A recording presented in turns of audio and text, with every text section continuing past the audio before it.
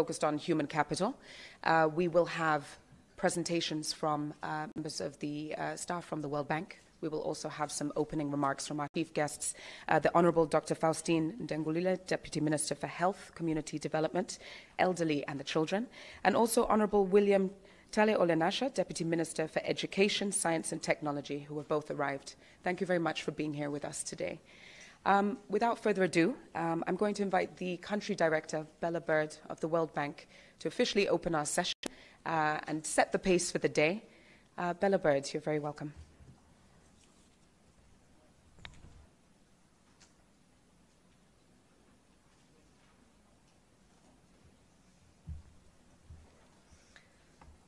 Thank you very much, Miranda. It's good to see you.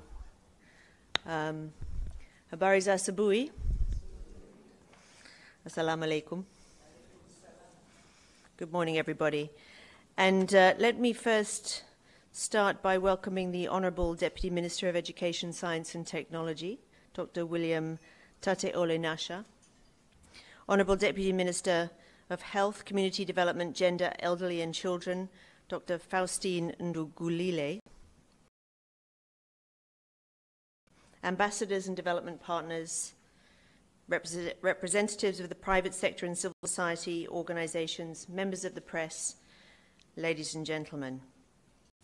I'm delighted to welcome you today to the launch of the 12th edition of the Tanzania Economic Update entitled Human Capital, the Real Wealth of Nations. The World Bank produces economic updates in many of our member countries around the world, including Tanzania. Produced twice a year, each edition of the Tanzania Economic Update presents the World Bank's independent assessment of the current economic performance and the outlook, accompanied by a special topic chapter, which focuses on a contemporary issue important for Tanzania's development. The previous edition, released in February this year, touched on educating girls and ending child marriage in Tanzania. This edition builds on this theme and focuses on a global topic which is also critically important for Tanzania today, the urgent need to invest in human capital for enhancing productivity and economic growth. A key purpose of our Tanzania economic updates is to stimulate public debate on the economy and on the specific development themes featured in each edition.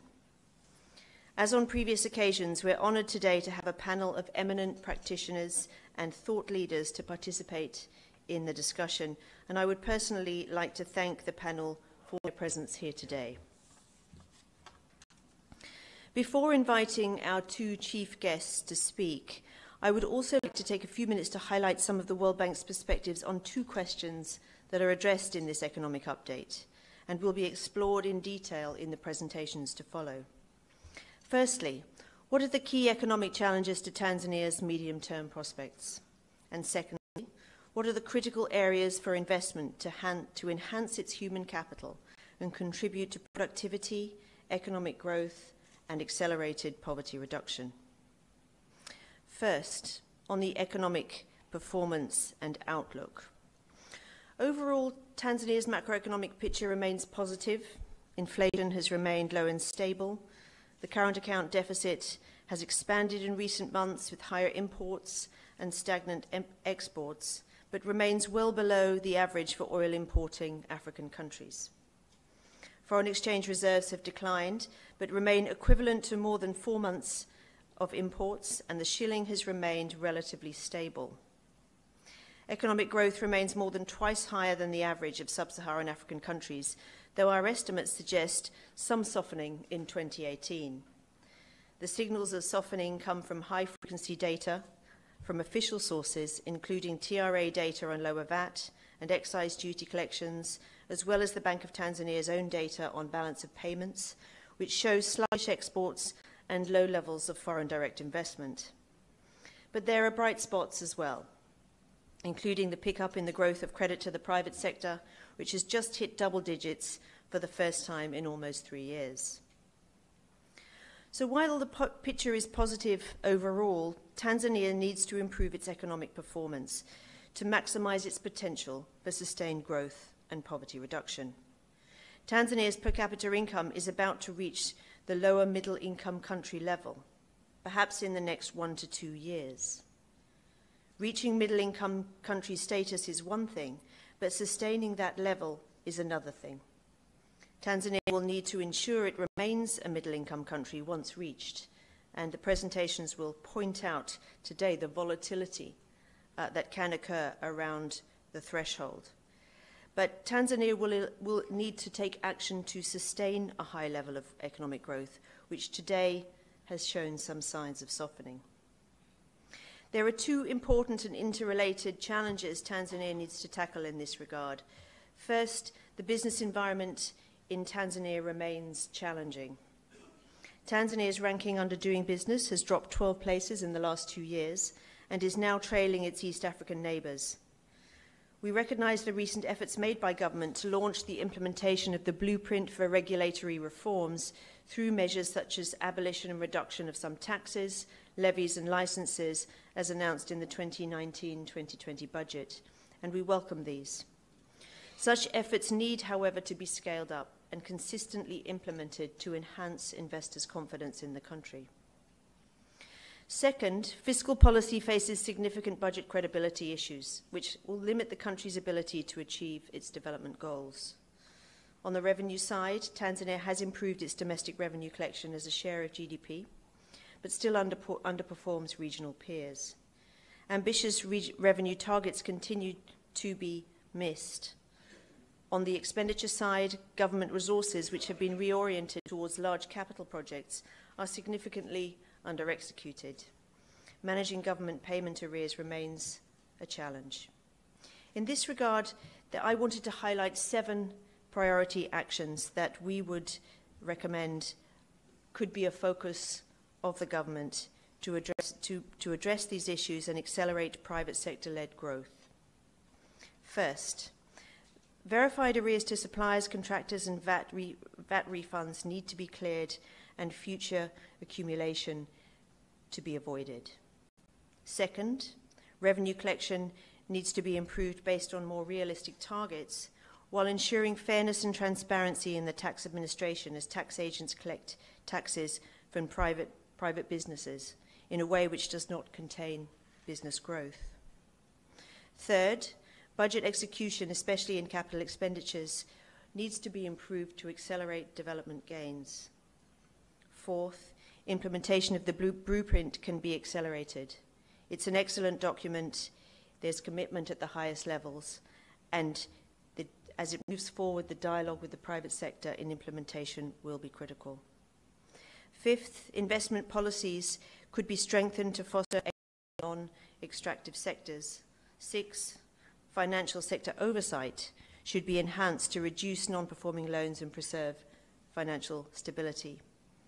And seventh, and my final point, is that we recommend the government should aim to invest in a balanced program of human capital and infrastructure services, including prioritizing public investments that deliver high returns on growth and exports. Among Tanzania's rich and diverse endowments, its human capital will play a vital role in its development trajectory and needs to be managed effectively. And this brings me to the special topic of today's economic update, the issue of human capital. In October 2018, the World Bank launched the Human Capital Project. It's a global project with over 60 countries now signing up to be members and adopters. The Human Capital Project encourages countries to invest more and more effectively in their people. The World Bank also introduced the Human Capital Index, which ranks countries according to their investments in children and young people. We're pleased to acknowledge the Tanzania government's recent request to join in with the Human Capital Project. In Tanzania, despite progress in health and education indicators and positive government policies, such as the recent fee-free basic education policy, Tanzania's Human Capital Index is estimated at 0.4. This is below expectations given Tanzania's level of economic development. It means, in practice, that children and young people in Tanzania may only reach 40% of their earning potential that they could aspire to if they had full health and a complete education. Less than a month ago, the government officially launched new poverty estimates based on the 2016-2017 Household Budget Survey. And while Tanzania has managed to further reduce the poverty rate since 2012, and definitely the government should, the absolute number of people living in poverty is actually increasing because of the high population growth and the smaller benefits from economic growth among poorer households. In fact, the data shown in the recently released figures from the NBS show that inequality is actually increasing. Experiences around the world show that strengthening human capital is critical, not only in accelerating growth, but also in making growth more inclusive and more poverty reducing. So Tanzania's ability to accumulate and utilize this human capital to drive economic development is faced with several challenges.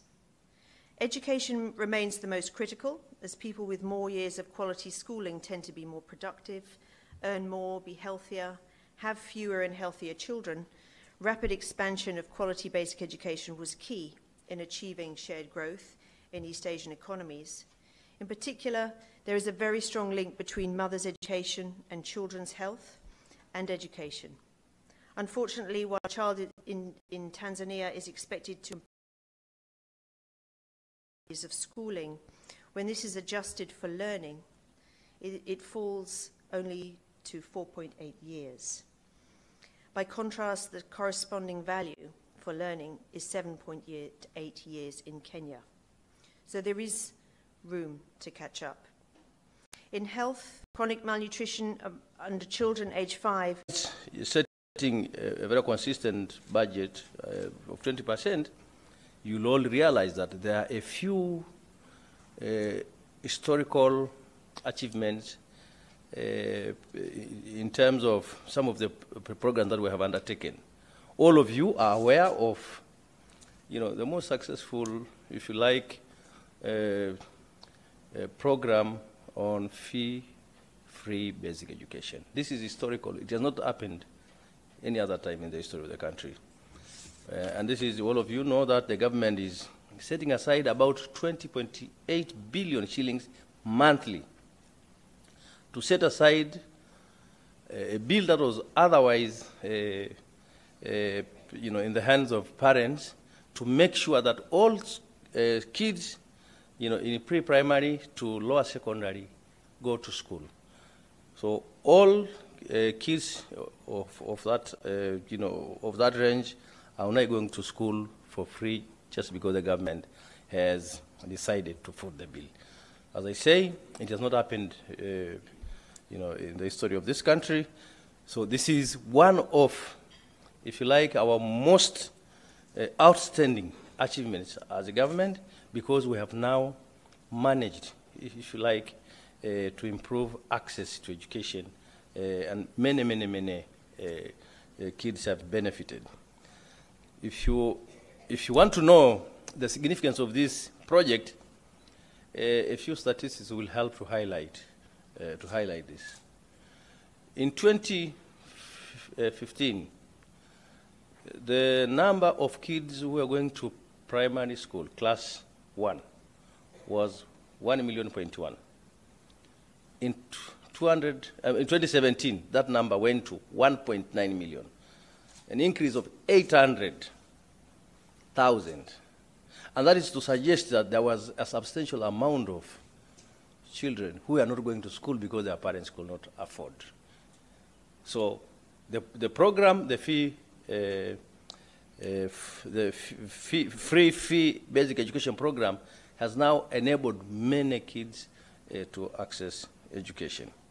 But besides, the free education, we understand as government that, it also, that increasing access also demanded space in terms of the school infrastructure.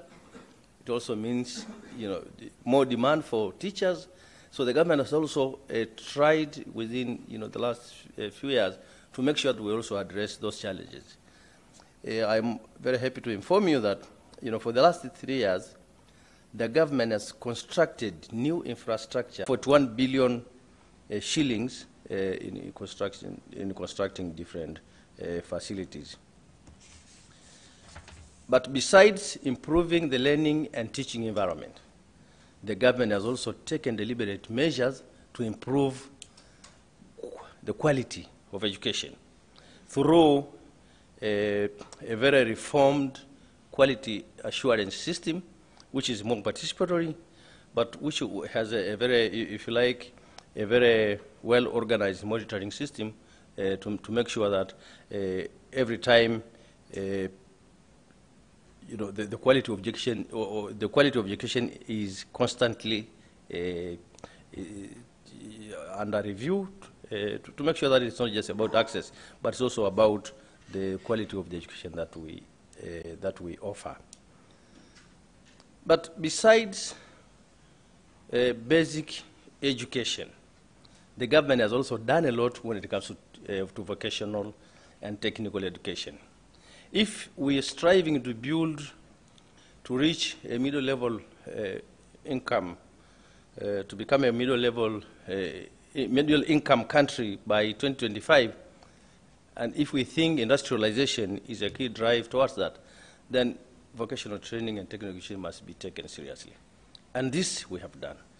This year alone, the government has set aside about 40 billion Tanzania shillings to construct 25 new vocational training colleges in 25 districts. I mean, the idea is simple. If we need to have a workforce that is, with the requisite skills to implement the industrialization agenda, then we must expand enrollment in our vocational center. But improving access and quality of education does not end with technical education. We have also done a lot to provide more space for many students to go to universities. In the year 2020, the government has set aside 450 billion shillings, as the amount that can be loaned to students of higher learning, which is an increase of about, in 2018-2019, that amount was created through increasing, the loan fund. But we realize that, as it is true in basic education, the increase of numbers in students necessarily also means, demand for space and the necessary school learning environment. And this is the reason why the government has invested substantially to improve the learning, teaching, and research environment in higher learning institutions. A few examples include the construction of a very, very modern library with a capacity to accommodate 2,600 students and 20 new hostels with a capacity of accommodating 3,840 students at the University of Dar es Salaam. But also, for the time being, the government is undertaking, construction of hostels, lecture theaters, science laboratories at Mkoa University College of Education, at the University, Sokoine University of Agriculture, Mbeya University of Science and Technology, and Mzumbe University. We're literally saying that in virtually all public universities, the government now is uplifting the face of the school, of the learning environment by providing the necessary equipment, but also providing the required infrastructure for students and the lecturers. But we also saying that even if you were to increase the space in primary, secondary, and universities, you will still need to have a very permanent research agenda. And this is why that the government has established these specific centers of excellence, to take the research agenda to the next level. And some of these include the Center of Excellence in Information and Communication Technology at the University of Dar es Salaam Institute of Technology, with a high-performance supercomputer, with laboratories, telemedicine center, and 20 remote regional centers. Center of Excellence in Information and Communication Technology at the Nelson Mandela African Institute of Science and Technology in Arusha, and Center of Excellence for Cardiovascular Diseases at Muhimbili University of Health and Allied Sciences, just to mention a few. So what we are saying is, to take research and technology to the next level, the government has also deliberately decided to start and run very modern centers of excellence. I understand that we are going to discuss this and others, in the few hours to come. But allow me to conclude my remarks that indeed we echo with what the World Bank Director has said. Indeed, we echo with what the World Bank Director has said, that people is the most important asset that countries have for socio-economic development. It is therefore our responsibility as a government to ensure that children and young people across our country need to be inspired about their potential as future human capital, if they are to succeed. I mean, we need to create an environment where they can develop their full potential. Young girls in particular need to see and learn to emulate the powerful female role models who have come before them and who are able to take charge of their own destinies, not only in their home lives, but as leaders in education, agriculture, business, science, or whatever other dreams they may choose to have. So once again, on behalf of the Ministry of Education, Science and Technology, we extremely delighted to participate in this important discussion, and we can only but promise you that your ideas and recommendations from this meeting will be taken seriously as we go forward, building an education system that is mostly responsive, to the dictates of the, of the requirements of our times, but also that gears toward building a human capital that is competitive and that can improve to build sustainable livelihoods. Thank you very much.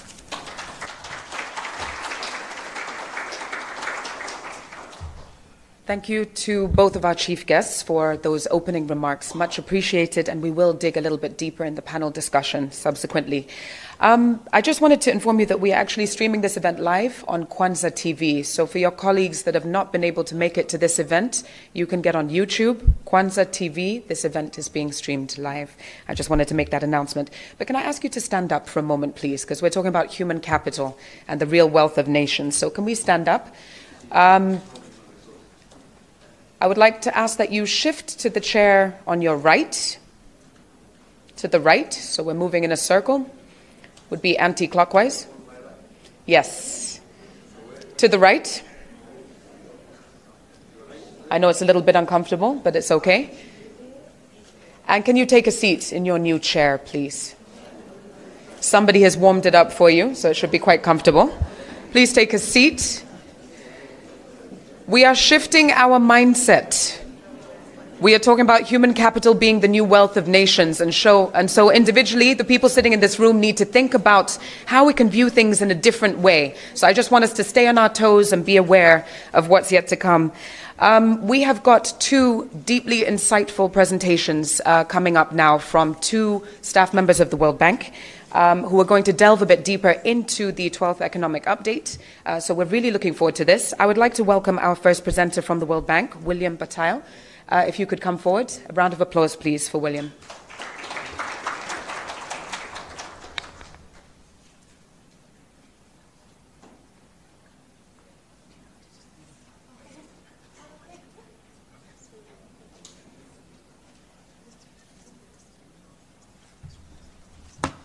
Thanks very much. Good morning. My name's Bill Battle. I work at the World Bank, part of the Economist team that puts together this economic update. We're very happy to have this milestone of the 12th economic update that we're presenting to you. I'm going to give the first presentation, which is going to cover part one, which is state of the economy. We're going to hear a lot more on the special topic, and this is really the focus for today. But I just wanted to go through and give you a highlight of some of the things in the first part, and invite you to pick up your copy at the end of this session and also delve into some of the details there. But so on the highlights, I'm going to go through very briefly 5 issues and just give you the headlines. That's going to cover the real sector, fiscal policy, business environment, our latest headlines on poverty, and then concluding with a forward look on some of the detailed measures. And Bella's already given a bit of a preview on that, but I'll just pace through a little bit more slowly in a little bit more detail on the growth outlook and where we see priority actions that can really drive that outlook to a higher level going forward. So issue number 1 on the real economy. And just to remind everybody, the TEU is something that we do twice a year. So this is a snapshot. This was being produced about 2 to 3 months ago in terms of the data collection, and then we started to do our analysis. So just a sense of where we were in looking at the economy, state of the economy. Yes, reporting very recently that 2018 growth was 7%, real GDP growth was 7%. But in terms of what's new between the last TEU and this TEU, NBS concluded a GDP rebasing exercise. And when we looked at that, those results from that exercise, and we very much thank NBS for inviting the World Bank as well as the IMF and ADB to come and look at some of the preliminary results of the rebasing. We had two major conclusions from that. One, when we reviewed the methodology followed on the rebasing, very sound, appropriate way to go forward. In terms of some challenges that we saw, though, there were some on the source data, and this is not unique to Tanzania. But in terms of some of the demand side, especially on the demand side, source data on consumption investment as examples, this gave us a motivation to start looking into some of the high-frequency data besides the national accounts information that NBS is putting out when we looked at health of the economy in 2018. So what we found in looking at that, and the slide shows some of those indicators, is a slower pace of economic activity than 7%. But again, we don't want to raise any alarm bells. As Bella mentioned, Tanzania is still moving very strongly at more than twice the real GDP growth rate for sub-Saharan African countries. So where do we pick up these signals? What are some of the data? We have looked at, in terms of the consumption side, we look at some of the proxies which we can take from some of the tax collection information. So when we look at tax collection for 2018, this is down. I'll show some of the details in the next slide on fiscal. Also looking at investment. Investment growth is positive, but we've seen some pulling back in terms of the FDI that's been coming into Tanzania over the last few years. Also in terms of the net trade. So on the demand side, I should have mentioned at the beginning, we're talking about consumption, we're talking about investment, we're talking about net exports. So when we're looking at the trade side, from data from Bank of Tanzania, we see some flagging in terms of export growth, actually even some contraction going on in exports. And as you can see from the chart on the top right of the slide, and we have lots of deeper analysis that's in the report, so I had to be parsimonious in picking what charts to put out there. But the one on the top right is showing import growth and export growth. Import growth is the blue line, export growth being the orange line. And what we're finding, as you can see, especially towards the tail end, right-hand side, most recent observations, that the growth in imports is outpacing the growth in exports. And even that the export growth is negative but improving. So what we have at the end of the day is a current account balance that is widening, imbalance that's widening, a deficit. And we see that as another signal in terms of some of the softening of growth in 2018. Then lastly to note is on the private sector credit growth. I think that is something in the latest observations. We're very encouraged to see that coming up to double digits, above 10% for the first time in roughly 3 years. So very encouraging, but when we took this snapshot, the information that you'll see in the TEU and covering on 2018, this was still lower than, as the lower chart on the right-hand side shows, lower than the level of non-performing loans in the banking system. So these are some of the signals that we wanted to give you of where we were coming out, putting together our growth estimate for 2018.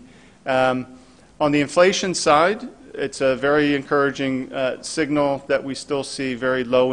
It's a very encouraging signal that we still see very low and stable inflation. It's notched up slightly since we finalized the print on this document, but still well below the target of 5%. So that's the headline on growth. Turning quickly to fiscal. So on fiscal policy, what's our headline? Looking at the deficit, we see a low deficit, now estimated when the minister gave his budget speech in Dodoma last month, of about 2% of GDP. So the charts that you have on this slide kind of break that down a bit, and we give some caveats to this nice positive headline of a low deficit. So what's been going on if we break down a look into revenue, which is the top panel out of the three, spending, but we focused on development spending in this middle panel, and then arrears at the bottom. So on the revenue side, what you see is a number of stacked bars where the first three are actuals going back a few years. The fourth bar from the left is the budget for 18-19. The fifth one is the estimated likely outturn for 18-19. And then on the far right, we put in the budget, which was just released just for reference. So what we would like to draw your attention to is on the second to last bar on the right, which is the likely outturn for 2018-19, that these revenue outturns are significantly below plans. And in terms of the previous slide where I mentioned lower tax collections as being a proxy for what's going on the consumption side, this is one of the indicators that we look at. In terms of on the spending side, Bella already mentioned, and we just flagged here with some information, that's the middle panel chart. This is divided into locally financed development spending and foreign financed development spending, with the blue being the locally financed. We have seen a similar layout as the top chart, where the likely outturn for 2018-19 significantly lower than planned. So we do want to emphasize in this chart, which you can clearly see, there has been an increase in development spending, and we don't want to gloss over that point. We think it's actually quite commendable for the fifth phase government to have devoted significant resources on development spending. But in terms of the execution of the plan, or what we would call budget credibility, a significant issue obviously going on in terms of the development spending, which is largely related to the planned financing and the borrowing plan articulated in the budget not panning out. Lastly, the last chart on the bottom right on arrears. So these are financial obligations. They're not contingent. They're known financial obligations that government has. And this is an area where we have flagged in previous economic updates. I would just draw your attention in this bottom chart on the right to the blue bar, which is payment arrears. So we have between 2016 and 17 and 2017-18, the last two groups on the right, an increase up to 2.6% of GDP on payment arrears. So this is a quite significant amount, and we think quite unsustainable, and something that when you look at the headline of deficit of 2%, that you also need to consider the stock of outstanding obligations that will need to be paid by government. So it's a bit distorted, the headline fiscal deficit number that you see. So putting this package all together in terms of our headline of it's a low deficit, but we have high payment arrears, we have VAT refund delays, which are also something that is distorting a bit of the VAT collection number, because that's more in gross terms than net of refunds. And more broadly, in terms of the revenue financing plans that are made in the budget, that there are shortfalls and significant shortfalls that in detail in the report. Third out of 5 issues on the business environment. I think the Deputy Minister mentioned the blueprint and the plans forward on the execution of that. We look forward to that. The World Bank is in active support of that. But in terms of the picture that we see currently on the business environment, there's still obviously a lot of challenges. So in terms of the report that the World Bank does called Doing Business, the latest results for Tanzania were showing a decline of 12 points in the ranking of countries in the last 2 years. It's important to emphasize when we consider these rankings in the Doing Business report, this is really reflecting Tanzania's reform efforts relative to other countries. So it's not necessarily saying there's been a deterioration, but that other countries are reforming faster. So for example, in this report, in the 2019 Doing Business report, Tanzania is credited with 1 reform, which was actually putting an online system for registering businesses. In contrast, you have Rwanda that had 8 reforms, Kenya that had 6 reforms. So just to emphasize that there's been a slip in the ranking, and that this is really about speed of reform of Tanzania vis-a-vis other countries. The chart at the top right gives some, if you can hopefully read it, gives some of the details of within Doing Business, which is the headline indicator.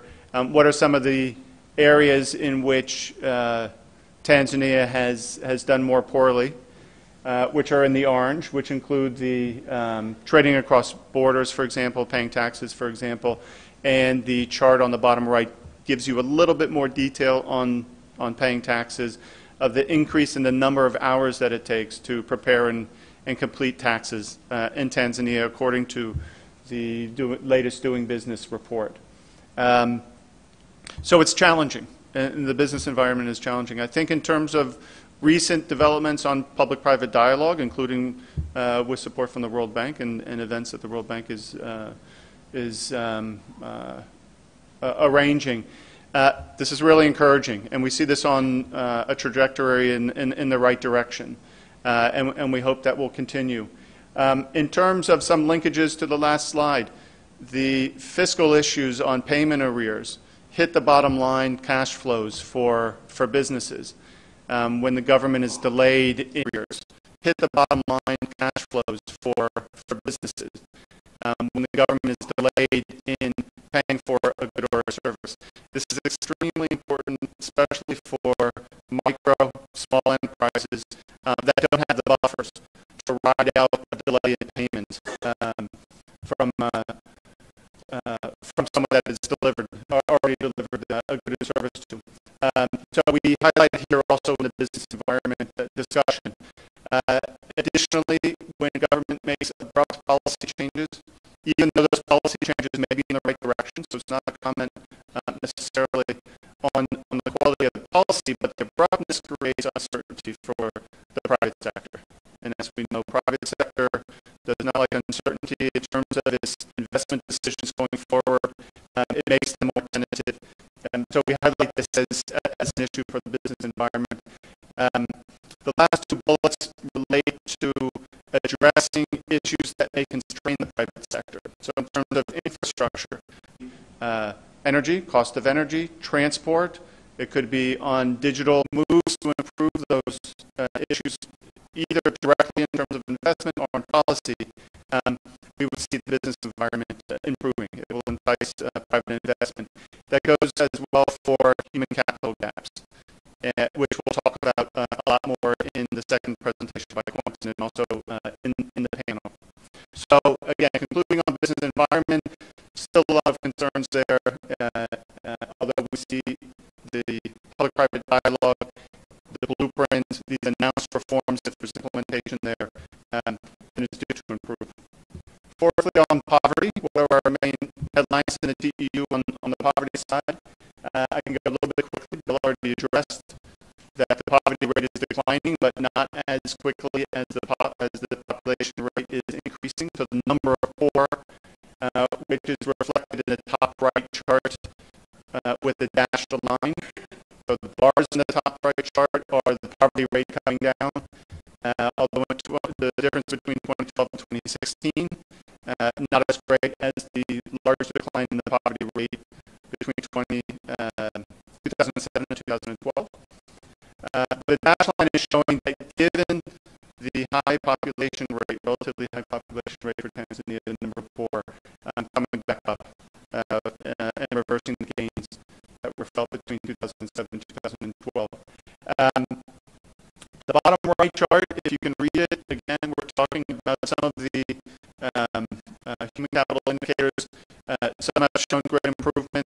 So the red dots, the lower to the x-axis, the better. This is the ranking that Tanzania has under the category of low-income and lower-middle-income countries.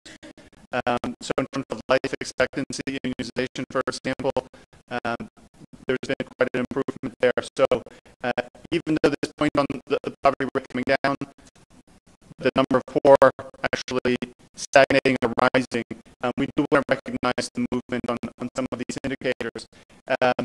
But kind of a key message that's coming out when we look at the poverty numbers and we consider the growth numbers is that as impressive as the growth has been over the past decade or more, that the poverty reduction results haven't been as impressive. And it asks us to question the pro-poorness of the growth. So it's an observation that we have. The bank is doing additional analytical work specifically on this issue. We look forward to giving you messages on that in the next poverty assessment that will be coming out later this year, and also the next TEU. We'll feature those. Lastly, on the poverty side, obviously, with the high population rate is a lot of youth coming into the labor market, and we flag a concern there in terms of quality, productive jobs being available for the youth coming out.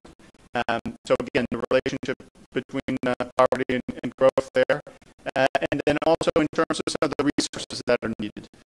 And one of our chief guests underlined the amount of funds coming in for education, for health, water, other areas, that needs to be sustained, that needs to be an adequate level, that needs to be sustained. So lastly, in terms of the fifth message I wanted to give you on part one, is our growth outlook and some of the issues behind priority policies that we see determining what that outlook can be. So in terms of the growth rate, when we look at our modeling for Tanzania going forward for the next 3 years, we see real GDP growth in the area of 6%. We see that based on, as any assumptions that you'll see for growth modeling, and there are a lot of people who are putting out growth projections on Tanzania, we have to make these assumptions on the speed of reform. And when we've looked at the speed of, for example, blueprint reform, on the arrears management reform, these are already announced reforms. Government's already articulated the direction that they want to go, but the implementation has been a bit slow. So we've taken that into account, and going forward, we see modest but steady adoption of those announced reforms, and that's what's built into this forecast of 6%.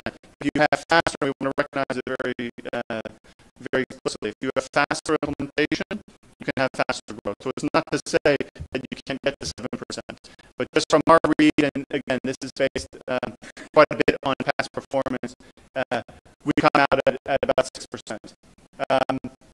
What are some of the downside risks? And we break this up into domestic and external factors. So on the domestic side, I've already flagged the two key issues for us, which is the private sector and the business environment, which should be the key driver of growth and should be the key driver of job creation in the economy, and also on financial fiscal management. So those two key areas, if we don't see the reforms going as fast as we assume, or even going in the wrong direction, these are the risks in which we wouldn't see that 6% materialize. And the next slide and last slide will be some of the actions addressing those two areas.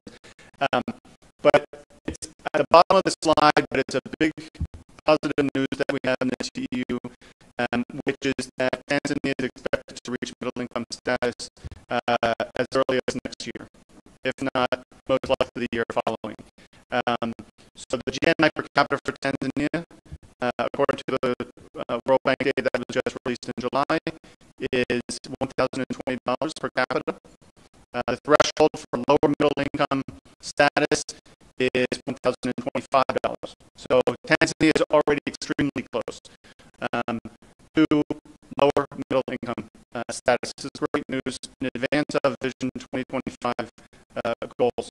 I think, as Bella mentioned, middle income status is not just this income level issue, and as articulated in Vision 2025, the vision for middle income status includes a well-educated, healthy population, good governance, in addition to strong growth going forward. So these other non-income factors, I think, are very important for us to consider when we're talking about moving up to lower middle income status, as well as the World Bank has seen movement over the years of countries that slip. So I think, as I mentioned, the sustained attention on drivers of future growth, on human capital as a key determinant of that future growth, super important going forward. So we're very happy to get that headline, and well deserved. And this is the culmination of lots of growth going forward. A huge jump in 2018, right? So this is on the basis of the 2018 GNI per capita. Part of that is driven by a lower population estimate that we got from the UN, which is the source that we use for all countries when we do our GNI per capita.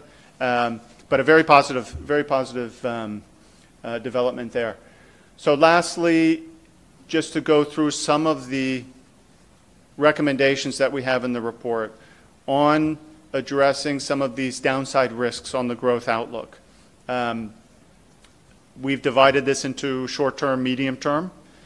And in the short term, just to give some of the highlights, and this is probably the third time I've emphasized it. So on the arrears management, on the VAT refunds, we see this as really a high priority area that government should be putting priority focus to. In addition, on the overall budget credibility, which has really been an issue not just in the 2018-19 budget, but this is something that has been observed over some years. In terms of revenue forecasts, in terms of improving expenditure execution, and very importantly, in terms of having credible borrowing plans. So you can have those development projects in the budget, but what are the sources of the financing assumed to be? And what have you learned from previous years in terms of what that realization is going to be for the coming year, and adjust accordingly? And then thirdly, I already mentioned the public-private dialogue, so sustaining those positive developments that we've seen recently. In the medium term, domestic resource mobilization for Tanzania, it's one of the lowest in the Africa region. Not the lowest, but it's low, and certainly lower than its potential, given the healthy growth that the economy has had. So in terms of focusing on that, while maintaining predictable tax collection and fair tax collection, prioritizing public investments. So in terms of rigorous cost-benefit analysis, in terms of making sure those scarce resources are used for maximum growth impact, for maximum social benefit impact, but also in terms of, and some work that we've recently completed and will be disseminating shortly, on FDI and investment more broadly, a focus on policies for non-extractives. I think this is quite key, and especially when we're talking about the benefit of the domestic economy from foreign investment that's coming in. We see a number of things that could be done there on the policy side. Thirdly, in terms of the business environment, more broadly, avoid the abrupt policy changes, a little bit further in advance announcement. Again, some of the policies, we're not saying the policies are wrong or in the wrong direction, but it's the abruptness that creates the uncertainty, which is detrimental to private investment. And then lastly, but not least importantly, is on the blueprint implementation. Again, the bank has been very supportive of this. And it's absolutely critical for the business environment going forward. But in terms of implementing, that's often where countries can get stuck, and I think that's one where the momentum just needs to be sustained and kept on the blueprint implementation. So those are the highlights from part one. I invite you to look at all the details that we have in here. There's a lot more. That's it. So I'm going to stop here, and then we can get to the part two presentation from Quentin. Thanks very much.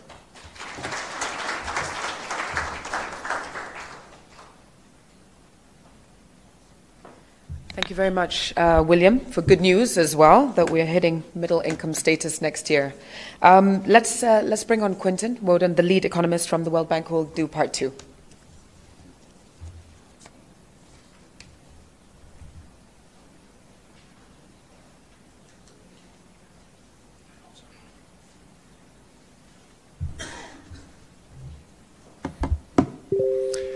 Good morning, Excellencies and guests.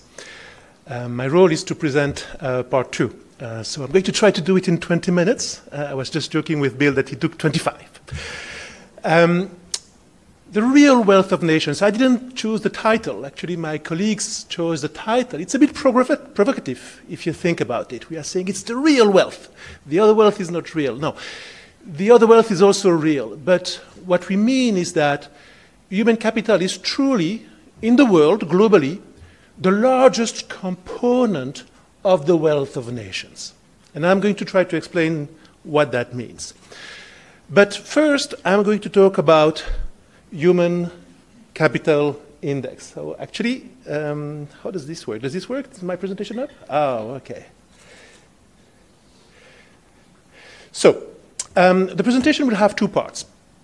I'm going first to talk about the Human Capital Index, which is a new index created a few months ago by the World Bank to try to do something which is actually very difficult. It is to try to see how different types of outcomes for children and youth translate into higher earnings in adulthood, right? So the Human Capital Index is focused on children and youth. And it has three components: survival, schooling, and health. I'll go through each of the three. Now, there's another concept, and we also like always to confuse everybody, right? So the other concept is human capital wealth. That's not the Human Capital Index.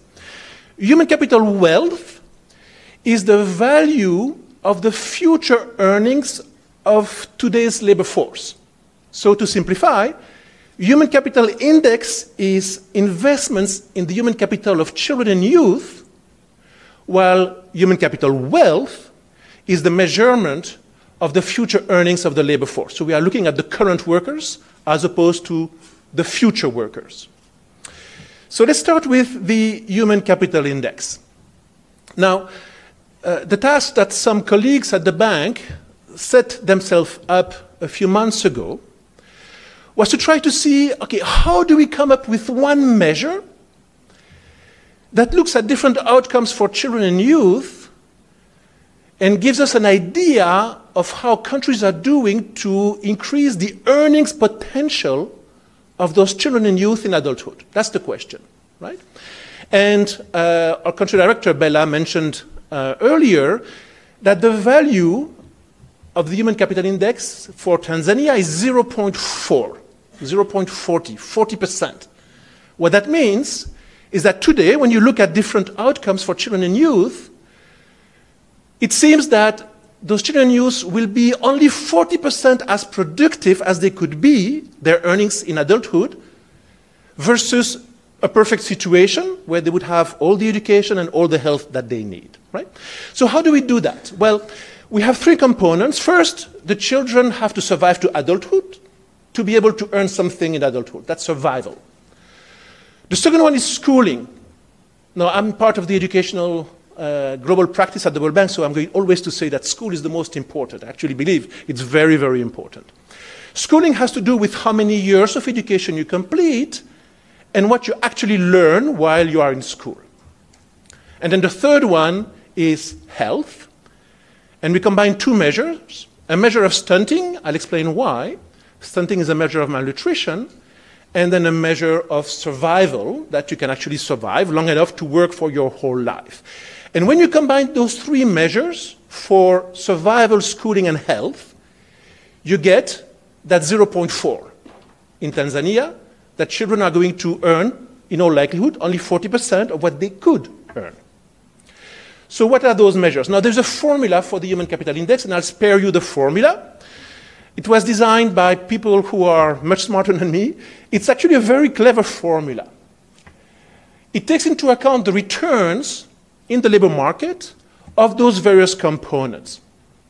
Now, for survival, that's survival past age 5. So survival is essentially 1 minus the under 5 mortality rate. For schooling, it's two things, as I mentioned it. The first one is how many years of schooling is a child expected to complete? But then there's a second point, which is the child actually learning what he or she should learn in school? So the number of expected years of schooling for Tanzania, for a child, is 7.8 years. And then you have there a little learning at 388. Well, 388 is actually based on the performance of students in school according to international student assessments. And the benchmark is 625. If you were learning everything that you need to learn. And in Tanzania, as in many other countries, many children are not learning enough in school. And as was mentioned by Bella again before, the actual number of learning adjusted schooling that children have is at about 4.8 years, right? Which is not very high. Now, adult survival rate, that's the likelihood that you're going to be able to work your whole life. And then not stunted is the proportion of children who avoid under 5 malnutrition. So when you take into account estimates based on the global literature of the impacts of those various components on the productivity, the earnings that you are going to have in adulthood, you get that value for Tanzania of 0.40. That's the value for 2017. It hasn't budged much between 2012 and 2017. In 2012, it was 0.39. And Tanzania, unfortunately, is in the bottom 35 countries in the world on that index, right? And so then the question for reducing poverty or improving growth is how to go at each of those various components to increase that human capital index so that you have higher earnings and higher growth in the future. So I'm going to have one slide for each of the three components. I'm not sure you can visualize easily the scatter plots. These are all the countries for which we have the data, and Tanzania is a tiny little red dot there. But so survival to age 5, so you have a wide range of reasons why some children may die before age 5. Actually, Tanzania has made a lot of progress over the last 15, 20 years in that indicator. Now, the priority is you need to improve care for young children. There is a role for water and sanitation, which is very important, to avoid the diseases that lead to, for example, diarrhea, which may lead to children dying. The one that I wanted to mention, especially because it's less often recognized, is the issue of investing in adolescent girls. If a child is born of a mother who was younger than 18 when the child was born, the risk of dying by age 5 is, in many countries, including Tanzania, almost twice as high. That's a huge difference, right? And so you need to have the policies for the young children but you need also to delay fertility, marriage, early childbearing for mothers to improve that indicator. Now, education. So we all know that education matters, right? The number of years of schooling as well as the quality of the schooling. One of the pieces of work that we very recently did, it's not yet publicly available, is to look at the returns to education, primary education, secondary education, tertiary education. And we adjust for quality in that work by looking at who actually achieves literacy, even though it's subjectively declared literacy.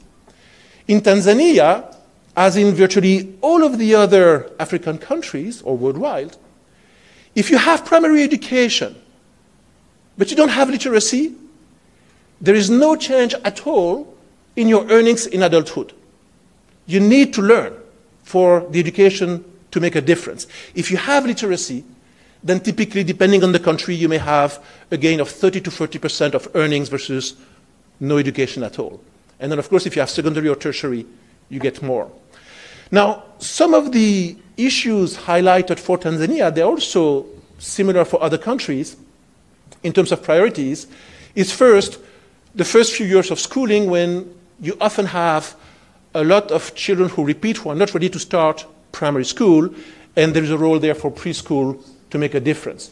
We need to reduce dropouts in Tanzania as in other countries, which is very high, especially at the secondary level, and the role of learning there matters as well.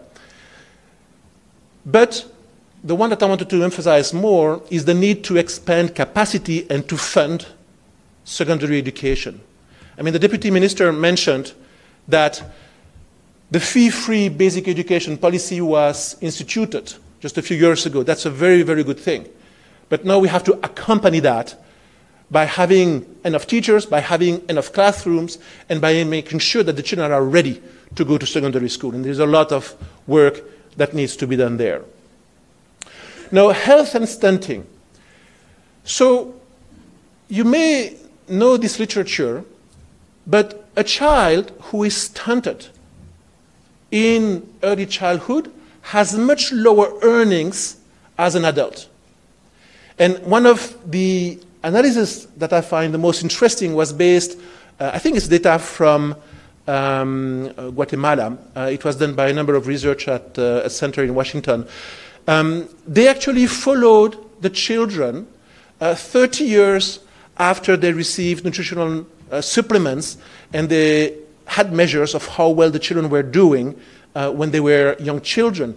So if you are stunted, what's happening is that your brain does not develop properly, and you can show that those children have typically, in adulthood, earnings that are a fourth to a third lower than otherwise similar children that were not stunted. So the impact of stunting, because of the lack of brain development, for your ability to make a decent living in adulthood is very, very large. So priorities, nutrition-specific interventions, these are the interventions that are related directly to the nutrition. Nutrition-sensitive interventions, these might be, for example, related to the availability of proper food. I won't go through 25 essential ECD interventions, 25 that would take half an hour, right? But when I was talking again to my colleagues from health, actually this morning, I mean, they were emphasizing the importance of monitoring the growth of children very regularly so that you can actually intervene with those nutrition-specific interventions and prevent stunting when it is still in time. Now, what I do want to say about where Tanzania stands is that if you look at 0.40, which is a combination of those three types of indicators, right? Remember, you had survival, then you had schooling and learning, and then you had stunting and then survival and adulthood. The two areas where Tanzania is weaker than we would expect, given the level of development of the country, are actually on schooling, and especially on the number of years of schooling that children will complete, and stunting. These are the two areas where we need to do the most. So I probably have about 6-7 minutes left, and I will shift to the second part of the presentation. So the first part was about the human capital index, which is looking at how well the children today are able to learn, avoid stunting, and of course survive. Right? The second part looks at how the workers of today are doing, and that's the concept of human capital wealth. Now, let me go back to the title. Human capital, the real wealth of nations. And I mentioned it should be the most important component of the wealth of nations. So the World Bank did a study a year and a half ago measuring wealth. So wealth is the assets that you have that enables you to produce future income, future GDP, if you will, right? And you have three broad categories. You have what is called produced capital. This is mostly your investments, if you will, in machineries, it includes urban land and a number of other things. Then you have natural capital, which is all kinds of different things. It could be your land, it could be mineral assets, oil, it could be many different things. Then you have human capital, and human capital is measured as the value today of the future earnings of the labor force. And finally, you have something that is called the net foreign assets. So globally, human capital, which is the value of the future earnings of the labor force, accounts for 2/3 of global wealth, right? And that's why we are saying the real wealth of nations is the largest component of wealth, much more than the others. Now, this is a graph that shows different categories of countries by development, if you will.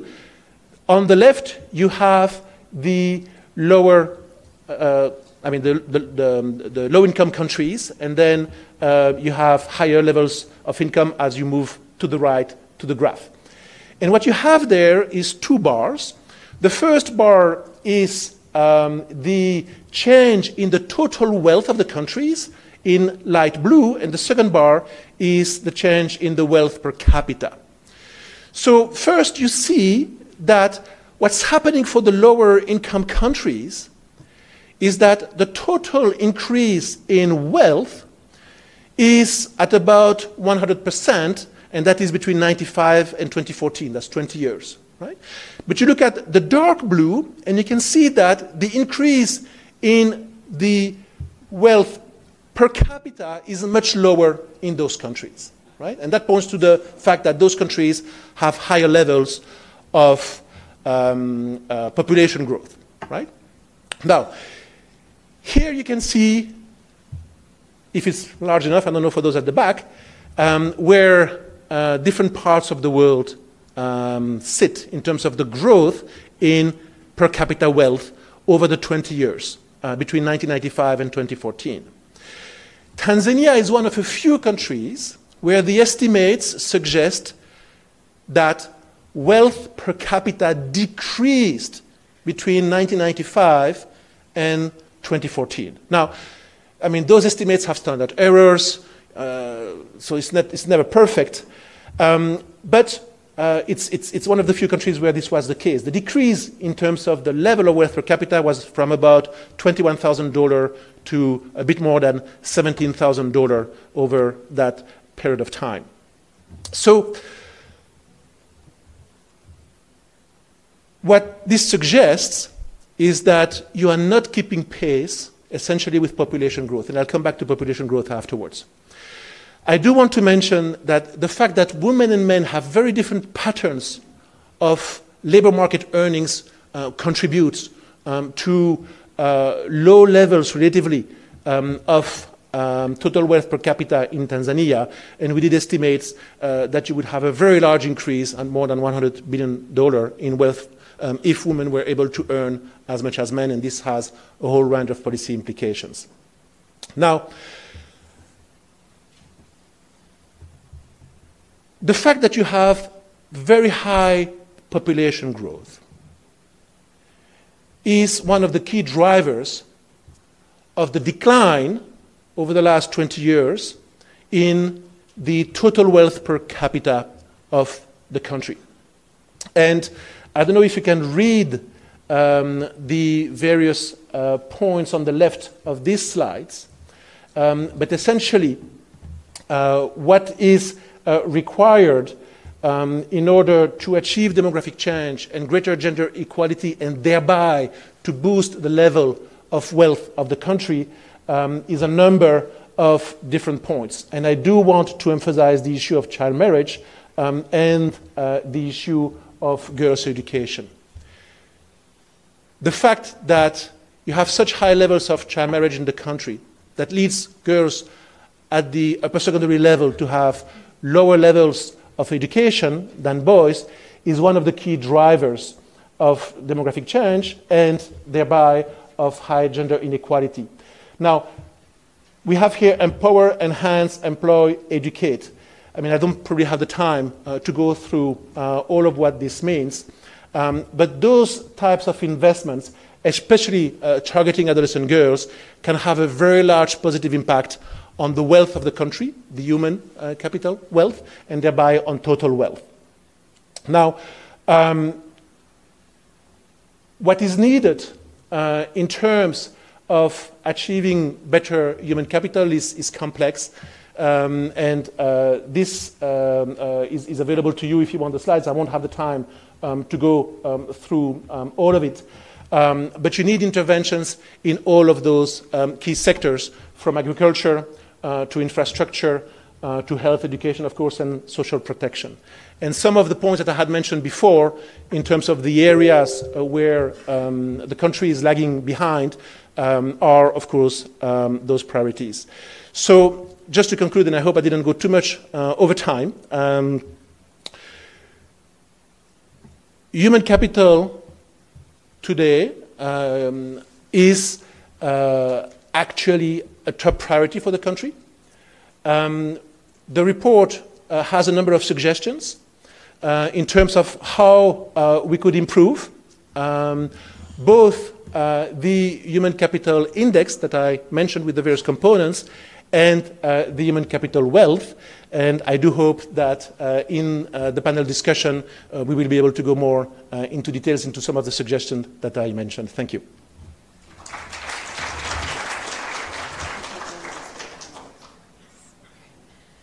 Thank you very much. I'm aware that we've been sitting for quite a while, so if we could just stand up once again while I call up our distinguished panelists, just to stretch a little bit.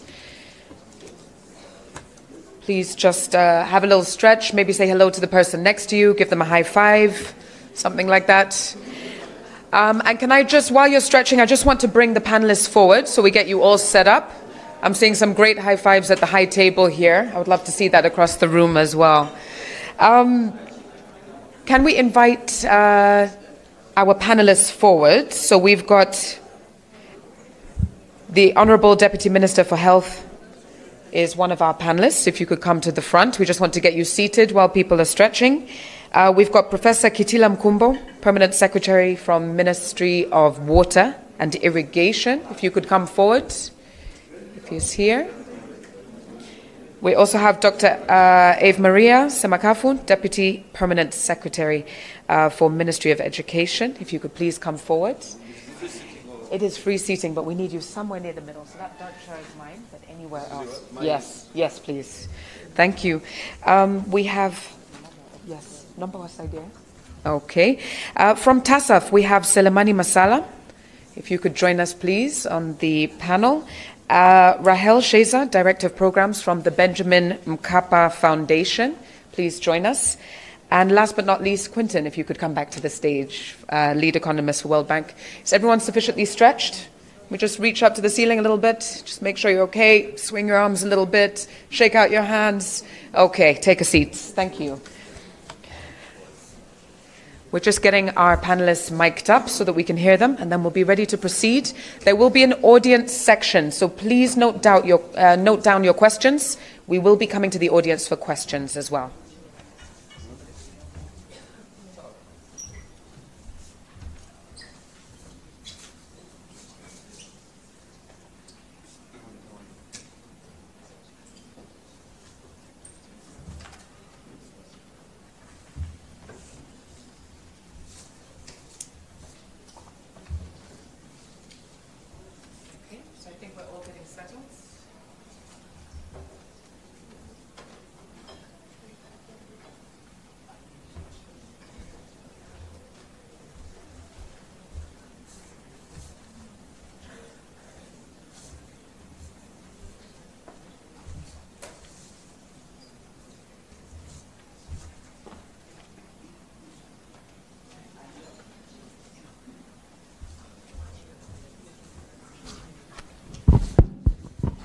Okay, I think we're almost ready.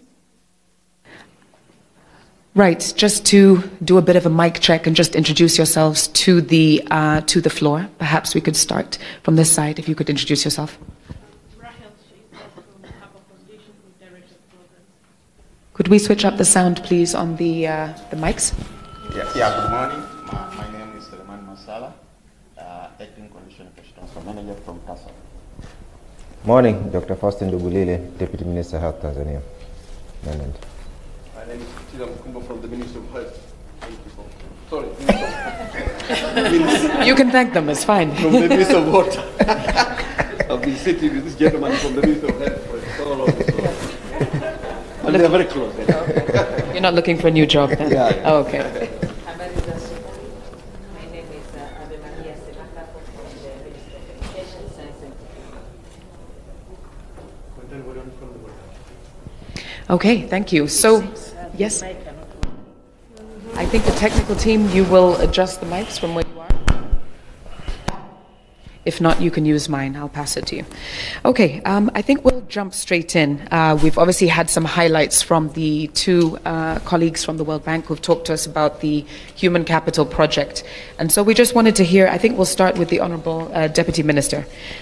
In your perspective, you were talking about 10% of the budget going to municipal council loans for the most vulnerable. And I just wanted to know what other progress has been made with regards to reducing under 5 mortality rate, and so on, and other priorities you might have in future.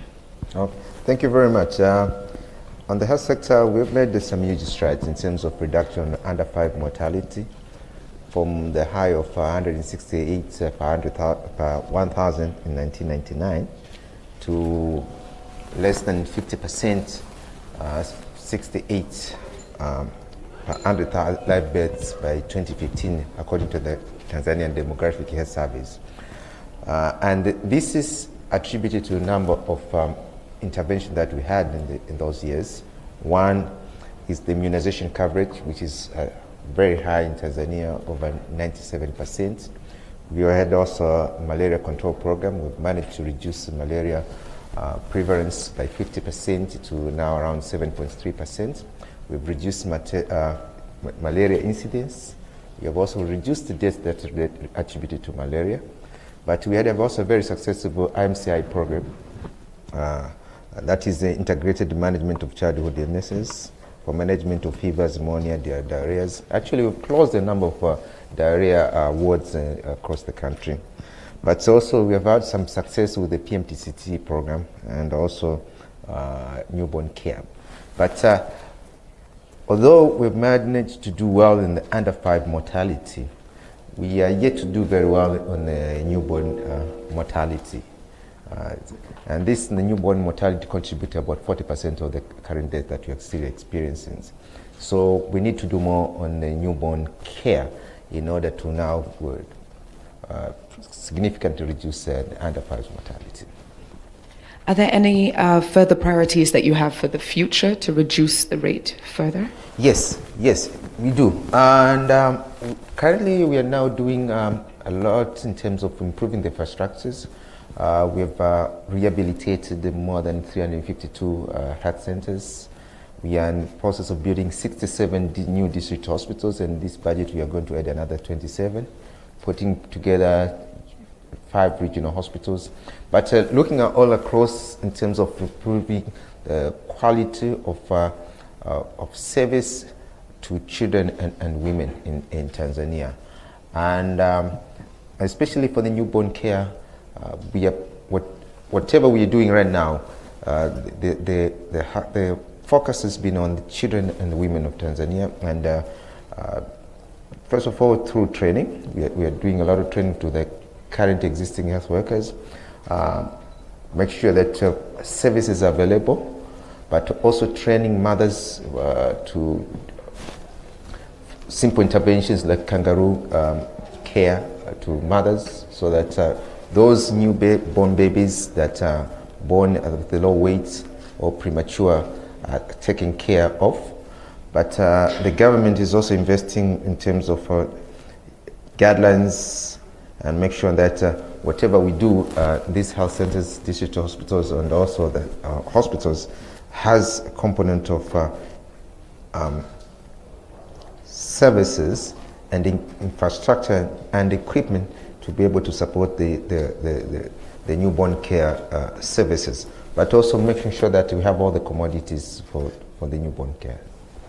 Thank you very much. I will come back to you in a moment. I would like to jump across to Dr. Ave Maria Samakavu. If you could just tell us, how could Tanzania improve the number of years or the expected years of education that children are receiving and the quality of education as well? Any ideas on that?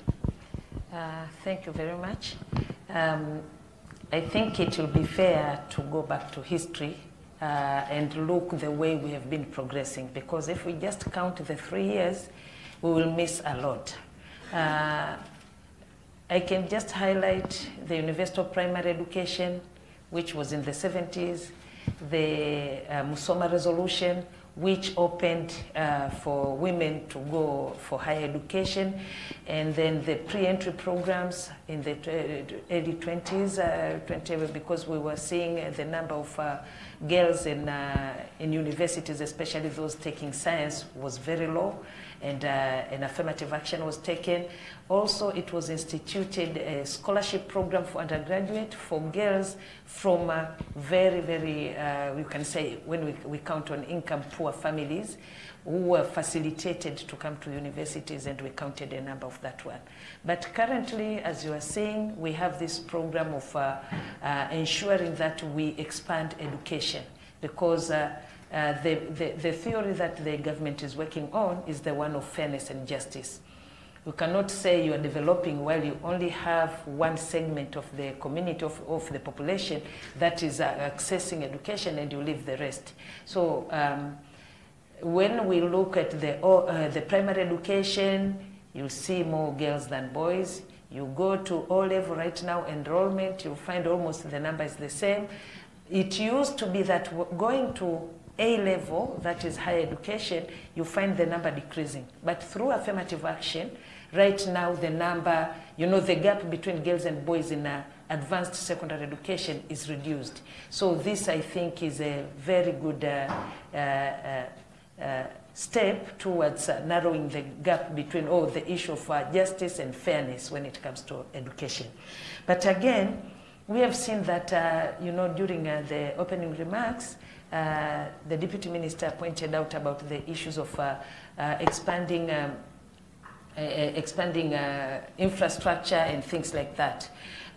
In fact, right now we have a condition. Whenever we do any program, development program, we make sure that the first question, where are the girls? How are the girls going to fit? And I think this has resulted into what we are seeing right now. And towards the end of last year, I think we've come up with a strategy for girls' education. Because for us, it is not only the counting of going 2 times 2. We have several social and cultural limitations, which maybe just a ministry in itself cannot overcome those ones. We have, as I'm speaking right now, we have some places due to cultural barriers are still, despite all these initiatives, but still are behind. So we are looking for strategies to see how we can open up, and that, again, is not only depending on the Minister of Education, but will depend, it is a multi-sectoral issue. So right now what we are doing, we are trying to see how we can have, rather than have a universal or national strategy, we also need focused intervention to some places. You go like to pastoralist communities, we have literally a very big problem. We go to, the Ngorongoro one, the Igunga, the fisheries community, we have problem. And I think those are the ones which reduce the number when we come and count the human capital. That for us. But literally looking at those who access, we see the progress. But again, maybe something that is missed, if I can just contribute, is that mostly the number that we capture is the official number.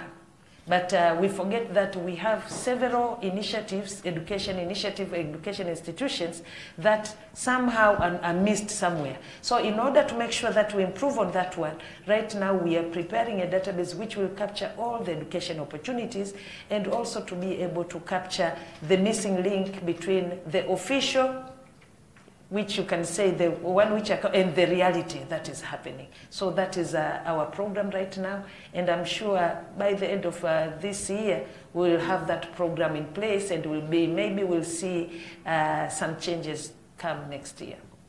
I just wanted to ask you a follow-up question on that. Of course, we all know about the free basic education. Yes. What is the ministry doing to accommodate this potential growth of enrollment in secondary school as well? We're going to have a bulge further down the line. What plans are in place to address this increase in enrollment? Yeah, in fact, the first one is to ensure that we increase the infrastructure. And especially for me, we all know, I'll always ask about girls, and always whenever they mention something about girls. So in order to ensure that when we are talking about the population, we all know that so far the population of Tanzania is 51 point something women and 47 point something men. So literally whenever we are planning, we need to consider that one and make sure that it is there. So right now we are thinking we are talking about number one, increasing the number of schools, but number two, right now we are trying to revisit some of the barriers which we think that limit the development, the fast development of the education accessibility. So I'm sure with participation of the stakeholders, we might be in a position now to come with a more functional strategy that will ensure that this expanded access go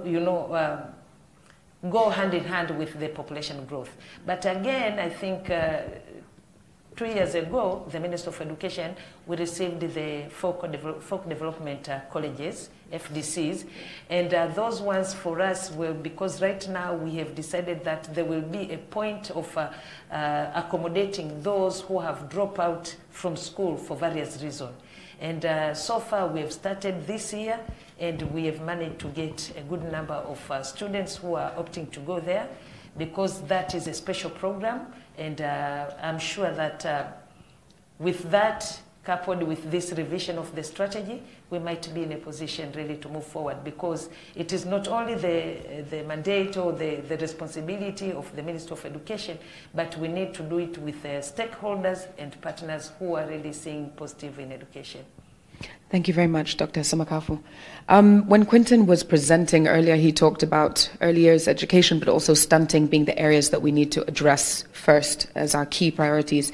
And so I wanted to come to Professor Mkumbo. I wanted to know, from your perspective, how can water and sanitation contribute to reducing under 5 stunting in Tanzania? Thank you very much for having me in this panel. I mean, we know from literature, but also from research, that water, sanitation, and hygiene are very closely related to stunting in many ways, but through biological, social, as well as environmental factors. And for the sake of this panel, let me mention 2 major factors that we can link to stunting. One, wash is a public health issue. And therefore, water in particular is a source of pathogens. And therefore, being a public health issue, it means that it is very closely connected to health. And when children get sick before the age of 5, that is one of the sources of stunting. But let us look at the fact water is the biggest catalyst for agriculture. And therefore, water is the issue of food security. If we don't have water, it means that, in terms of the quantity and the quality of food, will be affected. And food is very closely related to stunting. So what we are doing, number one, is to ensure that we have water. So with respect to agriculture, we still have reasonably good size of water resources in this country to support our agriculture. If you check the per capita water available, is still reasonable to the extent that it will continue supporting our agriculture for the next few years. Of course, because of the population growth, our water resources, in terms of the demand, is becoming increasingly bigger, and we have to manage our water resources adequately, properly, and sustainably to ensure that we will continue supporting our agriculture so that we ensure food security through irrigation. But we are also, if you check our revised National Irrigation Master Plan, we are very much focusing on improving the irrigation technology to ensure that we spend less water resources for higher productivity. So that's number one. Number two, in terms of WASH, I think that the recently released household budget survey data show very clearly that we are making progress in terms of water supply coverage as well as sanitation. The current data show that on average we are talking about 73% water supply coverage both in urban and rural areas, obviously higher in urban areas with 84% and 65% in rural areas. And this is an increase of 10+% over the past 3 years. The biggest question we have is to sustain this water supply coverage, because research shows that in this country it has been very difficult to sustain water coverage levels, especially in rural areas, which is why recently the government decided to establish a dedicated institutional framework for supporting the rural water sector management through what we call now rural water supply and sanitation agents, and we hope that this institutional framework is going to play a big role to ensure that we sustain our water supply coverage. So those are the areas that I think they are very closely related to stunting. But let me mention the last point on this aspect. We should be mindful. I mean, I was reading recently an article from The Lancet which shows that yes, WASH supports very much reduction of stunting stunting levels, but actually the contribution is only 1/50. So as much as it makes a big contribution, but the contribution is only 1/50, which means that we have many other factors that we should be working on to address the question of stunting. Thank you. So speaking of going forward, we had the good news of us shifting towards a lower middle income status country. So I wanted to know what you think are the most important investments within your ministry that are required to fast track us to lower middle income status. Where should we be investing within your ministry? I mean, we know, I mean, even in the previous Tanzania economic update, we talked very much about the importance of water resources management. We know that at the moment, water is at the center of any aspect of development. And therefore, we have to be investing in the water sector, and I'm pleased to say that water sector in this country is one of the top 3 priority areas. Over the past 10 years, the government has invested 3.1 trillion shillings in the water sector, and we continue investing. But I think in terms of priority within the water sector, really we should be focusing on 2 main areas. Within the area of water supply, we have to focus on the rural areas, because that is where the needs are bigger, and that is where we have the biggest, the largest population size in this country. But I think studies show that we have to really focus on sanitation, because studies are showing that sanitation is another big driver of health. And healthy is a very important factor in the economic development. So sustaining our low middle income status, we shall have to invest on the health of our people, and that requires investing in the water and sanitation. Thank you very much, Professor Mkumbo. I would like to move to our representative from TASAF, Tanzania's Social Action Fund, Selemani Masala. How has TASAF performed so far, and how have they contributed to improvements in human capital in Tanzania? Yeah, first of all, probably before I go to your question, I should, in a nutshell,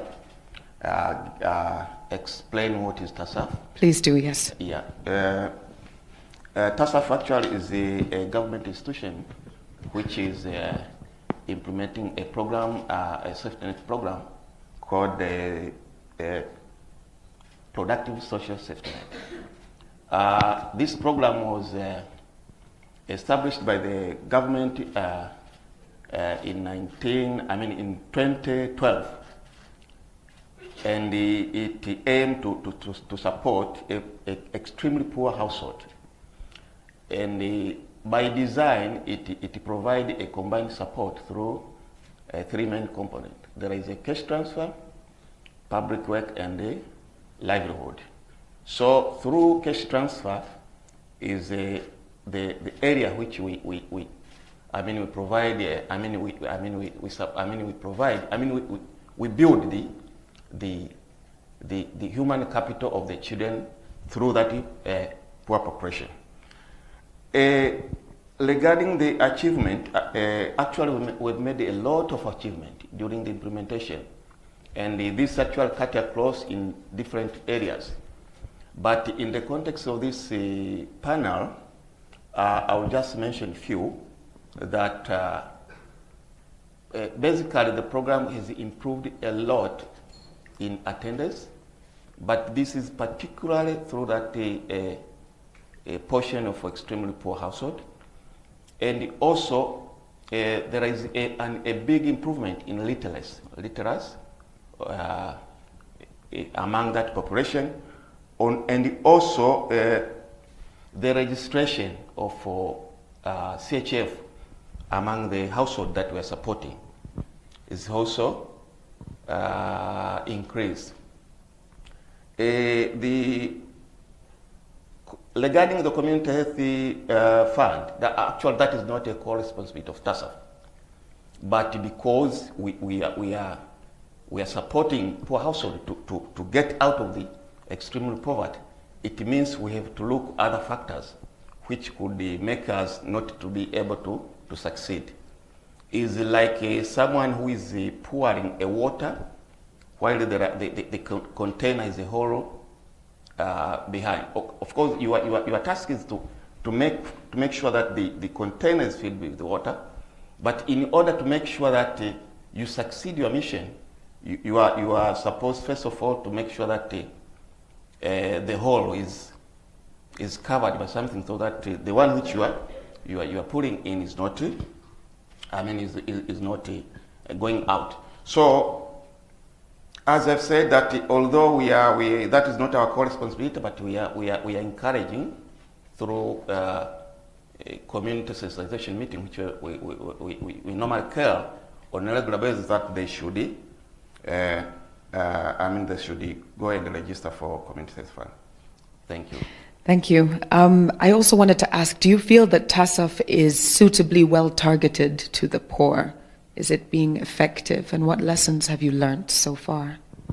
Yeah, actually, TASAF, among the safety net program in the world, is one among the best in the world, because the independent survey showed that we had only 3% of error during it. So it means the population which we have covered has been well targeted, and this basically is because we have the way which the targeting process is being structured, because it has got 3 layers.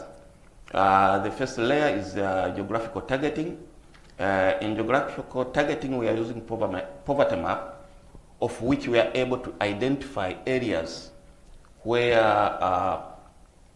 areas which are more poor than the others, and after having those areas, it means we now go to the location which we have earmarked for the community targeting. At the community targeting level, it means we involve the community themselves to identify the poor based on criteria in their particular location. And then after that, there is another level of proximity test, of which this is a statistical formula, which use the socio-economic variables which have been collected during the data collection process. And once they are collected, it means they captured in the MI system, and then they computed to give level of poverty for each individual household. So this type of targeting mechanism is the one which made it to make our targeting process to be among the best in the world. Okay. Thank you. Rahel Sheza from the Benjamin Mkapa Foundation, you're on the front line. We're hearing that TASAF is considered one of the best programs in the world, but I'd like your perspective. If you had to pinpoint one priority, one key challenge to improve human capital, what would that be from the Foundation's perspective? Okay, so just giving a bit background of Mkapa Foundation. So it's one of the civil society organizations which was founded in 2006 with the aim of accelerating attainment in some of the health outcomes, particularly in the underserved areas, through innovative programs. So through the implementation of 15 years of implementation, one of the critical factors, if we could say in terms of human capital development, would be having more financing options for human resources for health in particular. We have seen like there's a number of growth in terms of personal involvement. The major funding at the time being for human capital development. Okay, so the major funding for human capital development country in the health sector is major the government. I think 90% is funded by the government. But within the government, we are only having one key source, which is the personal involvement through the central budget support. So the question has been, how best do we create other financing options to finance human resources through other innovative programs? We are aware of a number of incentive-based, performance-based financing that have been piloted and implemented for some years, and their sustainability has been questionable. The issue is how best they can be streamlined, sustained by the government so as to have more sustainable options. So this has been a challenge, and we could see that for the past 4 years, the financing on human resources from the government has been declining. And we are, if at all, the total permits for the past 4 years has been 11,000, which is equal to 1 year staff financing, staff permits that has been financed previously in 2015 to 16. So this is posing a quite long, if at all, quite big challenge, if at all we are thinking of how best we build a sustainable and motivated human capital without increasing financing options. How else could we improve collaboration between CSOs and government in order to boost human capital? The best option, currently talking about the health sector, there are sector-wide approaches where the number of stakeholders are being engaged. But talking about bestly how do we bring a more strong partnership is through innovations. How best the government can work with civil society organizations to absorb and the innovative solutions in financing the human capital development. And we have been working with the government for past 5 years, 6 years on developing some of the innovative options to finance human resources development in the health sector, and which are now at the advanced stage. And one of it has been how best do we enhance some of the innovations in terms of development and initiation of private community clinics. So private community clinics can act as an employer because they create employment opportunity for most of the healthcare workers who are not employed. But at the same time, they are also increasing financing in terms of their financing to access services. And there are a number of barriers towards this kind of option of enhancing the unemployed medical professional to initiate the private private clinics at the community level. One of it is being the police barrier, and the police barrier had been how the government can allow the newly created private clinics to enroll clients from the National Health Insurance. So we've been into dialogue with the government to see there is a threshold that the private clinics should operate at least in five years' time before they are allowed to enroll clients from the National Health Insurance.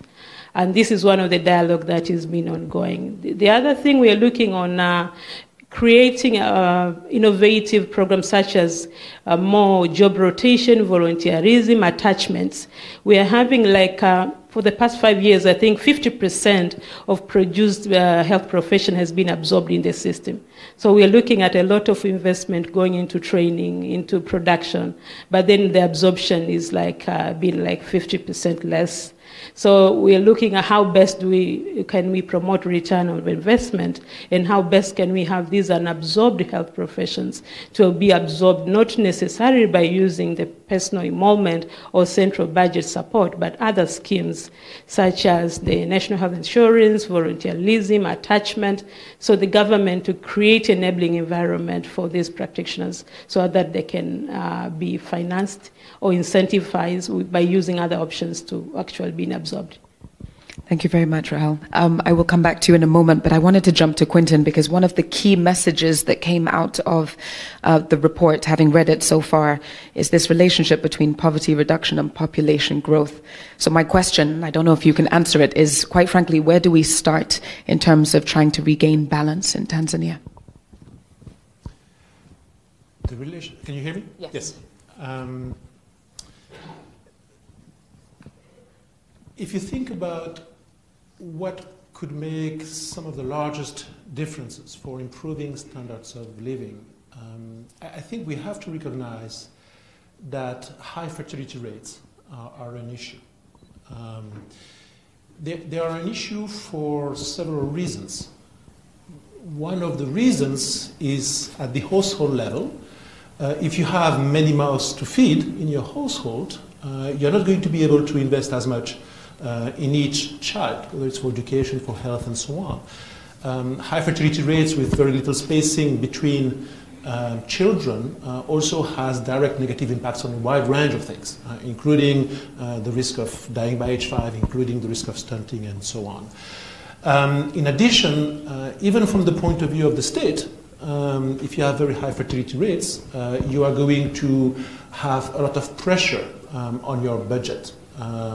You will have to have more resources to provide adequate education, adequate health care, and so on. And so that relationship between population and poverty reduction is very crucial. Even though it is sometimes difficult to say, achieving the demographic transition is really one of the smartest ways to try to improve standards of living and achieving middle-income country status and even going further. Your question was about the link between poverty and fertility, so that link is very, very strong, right, obviously. The one other thing I wanted to say, which probably I didn't say very well in my presentation, trying to go through too many things, is that although we need to invest in all of the sectors that the panel represents, I mean, I've always been impressed by the research on two areas which are really fundamental. The first one is early childhood development and investing in young children. There's a lot of research that shows that this has much higher returns than investing later in life. And the other one is the issue of investing in adolescent girls. And keeping them in schools so that you would avoid issues like child marriage and early childbearing, and again with very large positive economic impacts. And so I just want to mention that this relationship between poverty and fertility is mediated in part by whether we invest enough in adolescent girls to delay childbearing, to ensure that they have a higher education level so that they can earn a good livelihood and help the household escape from poverty.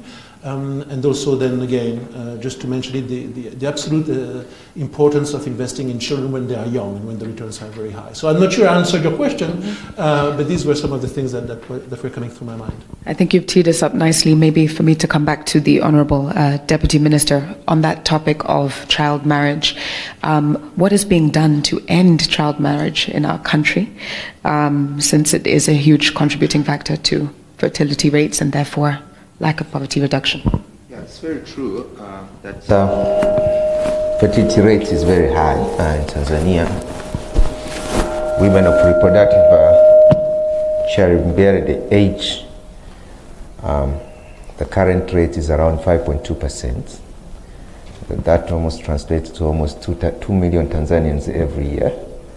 So that means that translates into 2 million delivery kits for me in the health sector.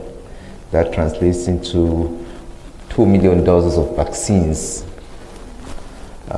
So it's a huge population growth in terms of the number of children that are born in the country. But also, the statistics are also showing that 27% of girls between 15 and 19 are either pregnant or have had a child. And there is a problem, a huge problem of teen pregnancy, but also early marriages in certain areas. And these are attributed to, first of all, the cultural, social-cultural practices. There's a religious factor in it. There's the issues of poverty that are related to that. Low level of education, that's also contributing. But it's also the legal framework. Also that allows young girls to get married before the age of 18. So all these the factors that are contributing to all this. So what are we doing as government? First of all, we are seeing a huge gain in terms of the free education and the education. And one of the unintended benefits that we've acquired from the free education, we are seeing that the longer the girl stays in school, the delay in terms of getting married, but also the fewer the number of children that they would have. So this is one of the intended benefits that we've seen. But we, as the Ministry of Health, that is also responsible for the girl child, we are also engaging the community leaders, cultural leaders, religious leaders, and we've had that dialogue, and also including the academia, and trying to see how best we can approach this issue of child marriages. Because in certain places it's about cultural and social practices. We have done well in terms of reducing the rates of female genital mutilation by engaging the cultural leaders. And we are seeing that through this modality of engaging the community leaders, the cultural leaders, the religious leaders, the academia, and of late we've also started engaging the different influences, using art as a medium of communication and passing on the message to the community. And we are seeing that the level of public awareness is increasing. But the game changer here is the education. Let's get more girl children into school, keep them in school, and we are working on using the existing legal framework, the law of child, but also the Sexual Offences Act, to also take care for the legal components that are required to make sure that we protect the young girls and make sure that we keep them in schools. But again, also the issue that we also need to work on is the issues of access to sexual and reproductive services. I think this is an issue that we need to make sure that we need to come to a consensus with, because the data are very clear. The sexual debut is the girls starting sexual activity very early on. The statistics on pregnancies are very clear. Number of HIV infections among young people, we have more than 40% of new infections among young people, especially the young girls. So this is something that we also need to look and make sure that we address the issues of adolescent sexuality and access to sexual and reproductive health. This is a big debate that we need to dwell on. Thank you for touching on that. We will jump to education. Sorry, you knew that was coming, Dr. Samakafu. How can we keep more girls in school? What opportunities are there for girls? It seems that we have made gains in terms of basic education, but when we get to upper secondary, opportunities between... Excuse me? Yes, so what can we do to provide more opportunities for the girl child? Thank you so much. And I think even the results, what the government is doing, we've started now to see the results. In fact, for us, we have tried to identify the so-called social and cultural issues and or the barriers. And we have realized that we really need, in order to support the girls to benefit from the expanded access, we really need to do something extra. That extra is, although many of the secondary schools, day schools, where the girls and boys are supposed to commute from their respective homes to where the school is. But, you know, we have the so-called ward schools. And a ward is in one village, while it might be one ward has 5 villages. So those girls and boys from other villages have to commute in the morning and in the evening going back. And it has been counted as one of the major cause of dropout for girls. So we have managed to engage the communities, and we have now building dormitories, hostels for girls closer to schools. Priority is girls, and then boys follows. But secondly, we have issued a circular whereby all schools are supposed to have teacher, parent, either committee or a board. And as it was presented by the Deputy Minister here, we have kind of qualified the school quality assurance, whereby we are not just going to check the teaching of 2 times 2, but also the issue of the well-being. That is human capital. We want to know what are the other hiccups which the schools, the pupils or students in that particular schools are performing. So it is beyond just checking the academics, but also the social welfare of the students in that school. So this, again, we think it is an initiative. But again, we are also thinking that even the statistics, sometimes when we are talking about adolescent girls, we are just counting those who are going for A level or O level. But we forget about those who are filtering to other tertiary institutions, vocational training, the Institute of Technologies, the folk development, and the like. So again, I can just cite an example for this particular academic year, whereby you see the difference between girls and boys, you know, who have been selected to go for Form 5. We have more girls than boys. But unfortunately for us, we'll just count, because when you look at the data for A level, those who went straight to Form 5, we have about 32,000 girls and 38,000 boys. But again, we have these tertiary institutions which offer diplomas, like Dar es Salaam Institute of Technology. We have Arusha Technical College.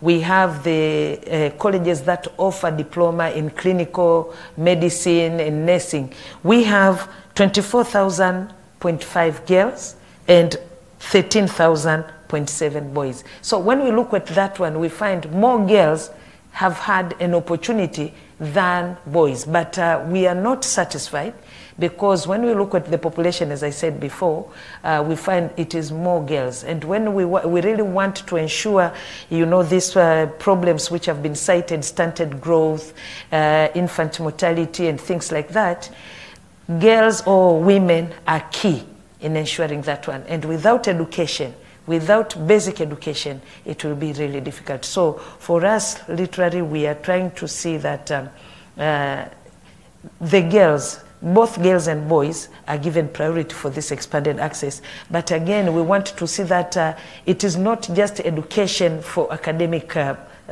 benefit, but education for development of the country. So we are trying also to diversify the discussions or the debate that are going on, the consultations that are going on, is how to make the education of Tanzania to sustain or to enable the girls and boys to be really citizens of Tanzania and to be the focal point for the development of their country. So this is the debate that we are going on, to improve the curriculum and to see how different stakeholders and parents participate in the delivering of the education.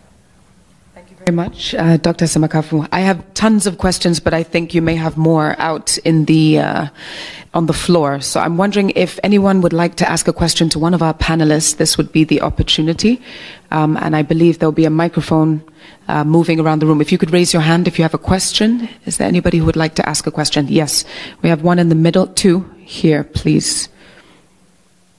The microphone is coming. If you could just state your name and your organization and your question and who it's directed to. Yeah, thanks so much. My name is Dr. Albina Chiwa from Tanzania National Bureau of Statistics.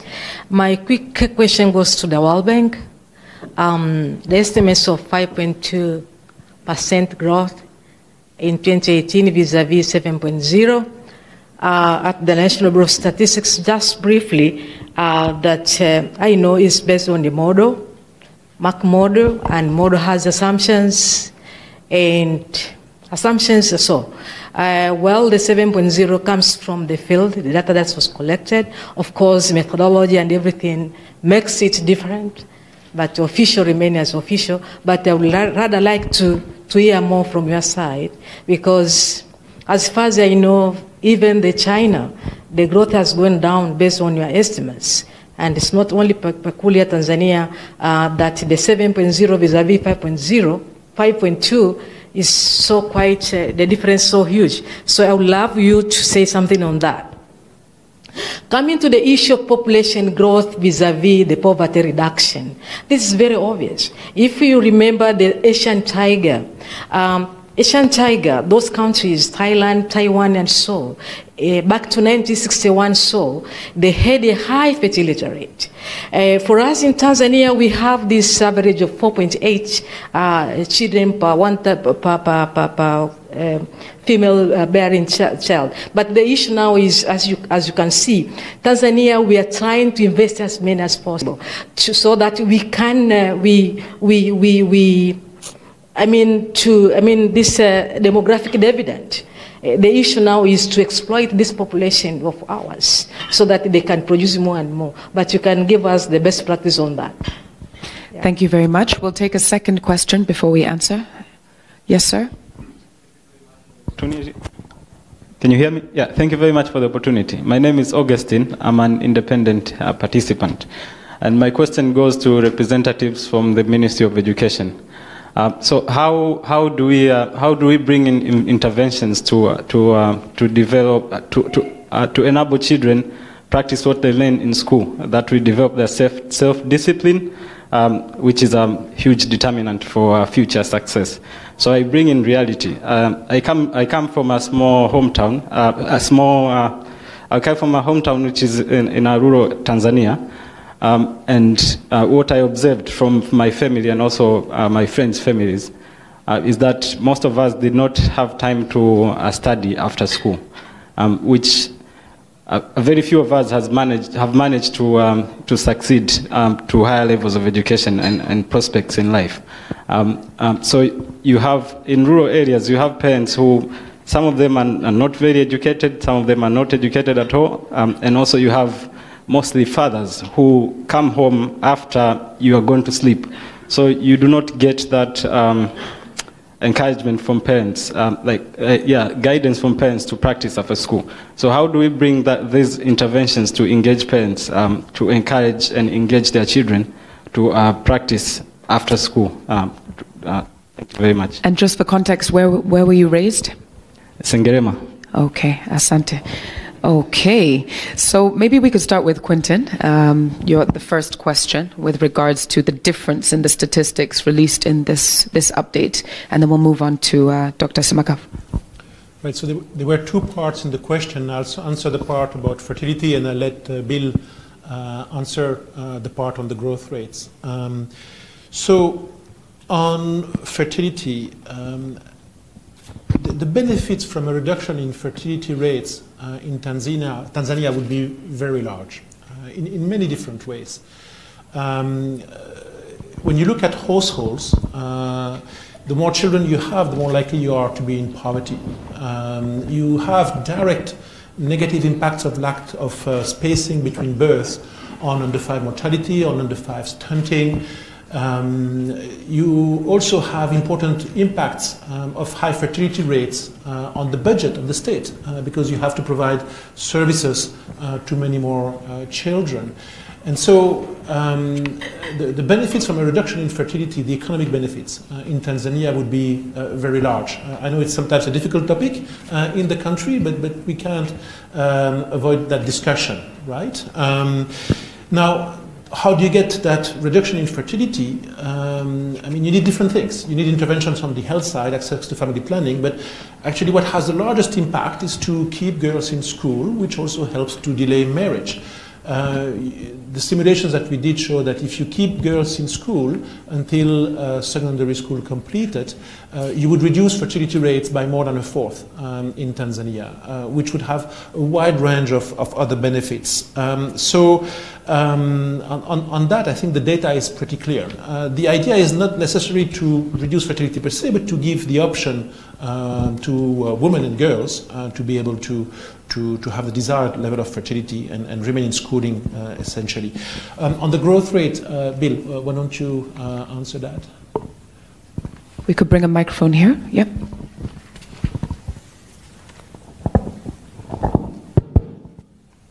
Thanks very much, and thanks for the question, Dr. Chua.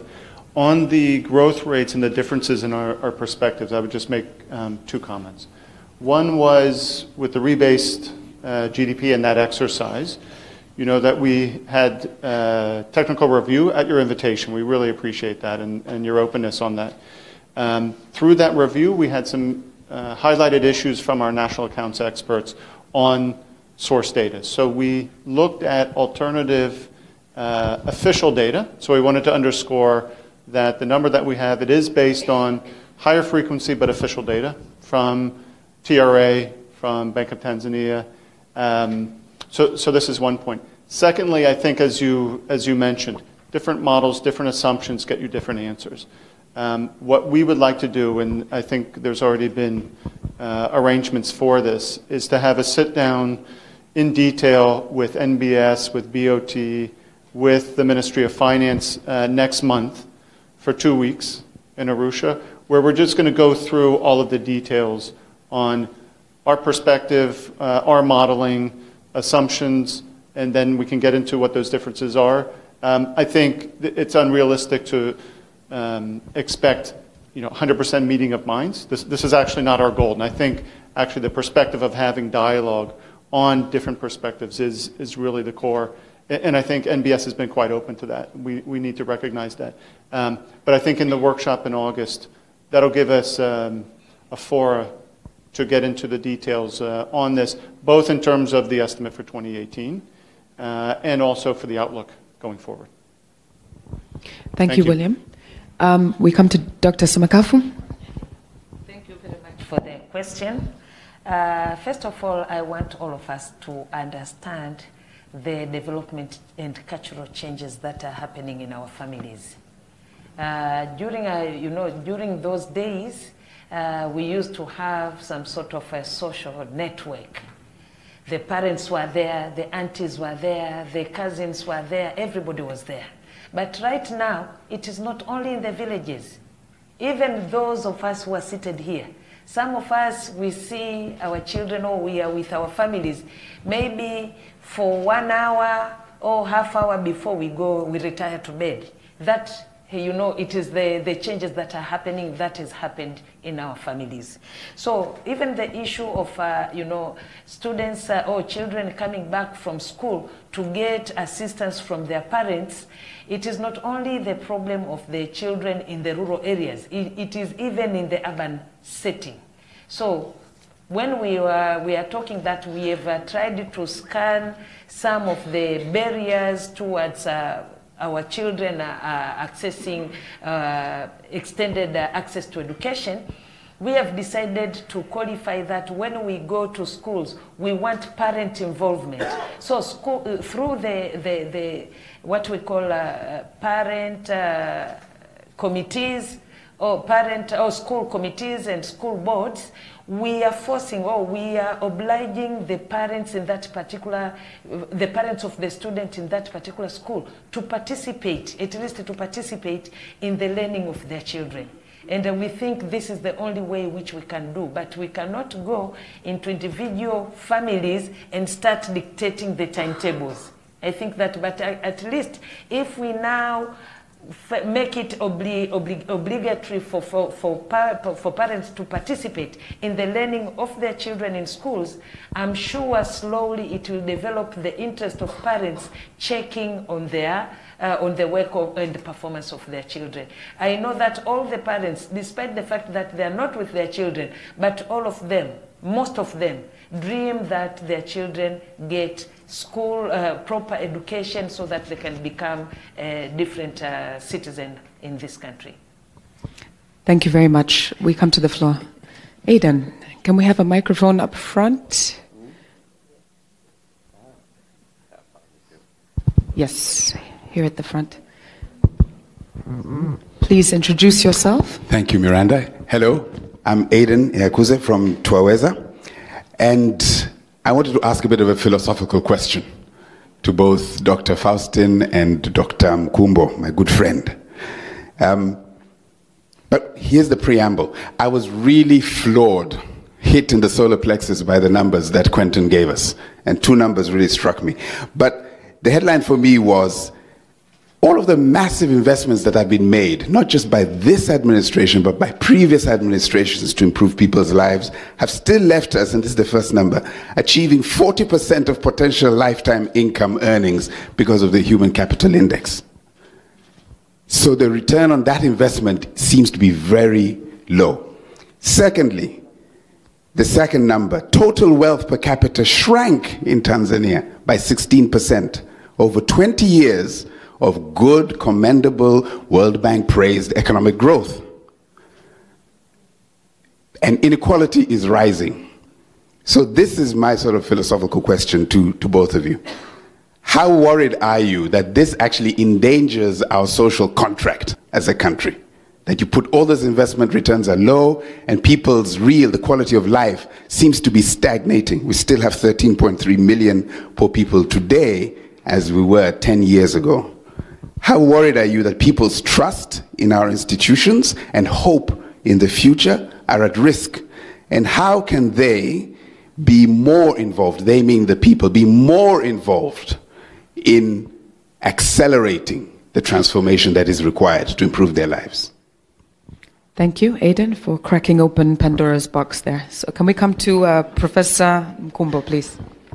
That was a philosophical question, and I'd like to give a philosophical answer also. Look at this. There is a book written by David Pilling, published last year, talks about the growth delusion.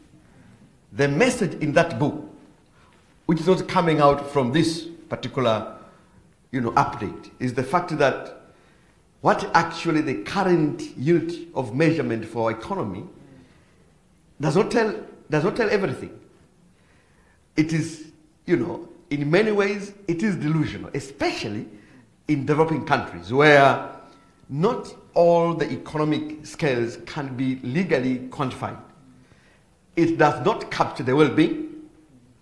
So we have to have, as much as we assess our economy on the basis of those indicators, we have to have,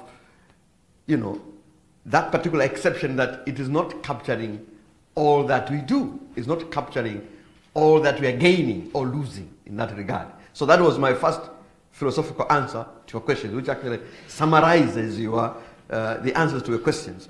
But the HCI, we need further interrogation because it has just been launched. As they said, it is a measure of last year. So we need to interrogate further. What does it mean exactly? What is the validity measure of all these things? Because it is less than a year measure. We have other measures, HDI, we have the Gini coefficient, even though it is a little bit higher this time in Tanzania, but the GIN in this country is the lowest in the region, is one of the lowest in the region. So 0.838, yes, a little bit higher than in the previous household budget survey, but still low in the region. But of course, it depends on the measure that you want to use. So you have chosen those measures, but if I can choose, poverty rates are going down, the number of poor households is decreasing. So if I choose those ones, I said we're making progress. But I take your questions as challenges for us government to continue working hard. Dr. Faustin, anything to add? It's an interesting question from my friend Kruse. And I think when you look at the statistics, you can either look at either the glass is full, half empty, or half full. And Professor Kitila Mkumbwe has alluded to it very, very, very well.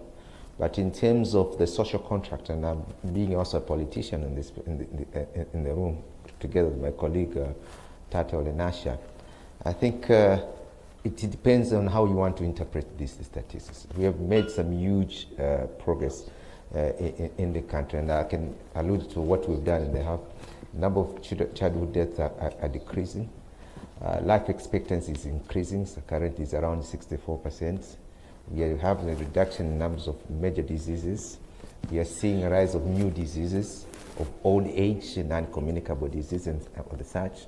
So in terms of, I think the public satisfaction is quite high. And that's why when we measure that during our elections. We're having an election this year, and then we are going to have an election next year. So this is the best time to gauge the social contract between us and the public and how well the government is done at that particular time. Are you satisfied, Ada? Quite a clear answer, or we can push a little bit further? With philosophical answers. Thank you. Do we have any more questions from the floor for our panelists? Any other questions? There may be some I can't see behind pillars. We can take one more question if someone has. Yes. Yeah, thank you. My name is Eric Giabo. Actually, I'm an independent. I'm representing myself and my, community.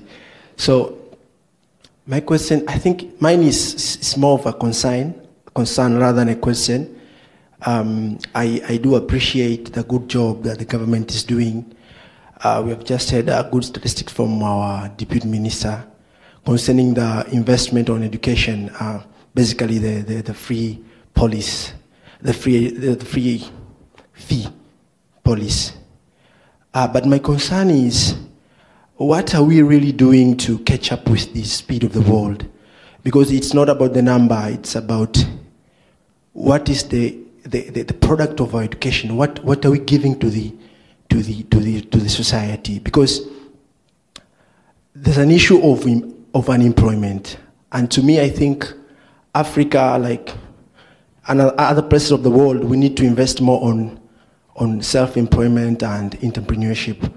And to achieve this, you have to, as what we have said, have a good human capital. So what are we doing this goes to the Minister of Education, like what are the reforms that we are doing to catch up with the world? Because nowadays you find people in secondary schools, other places of the world doing big things. But if I check our syllabuses in secondary school, they're almost the same. They're not moving. Like what I learned, I was in secondary school in 2007.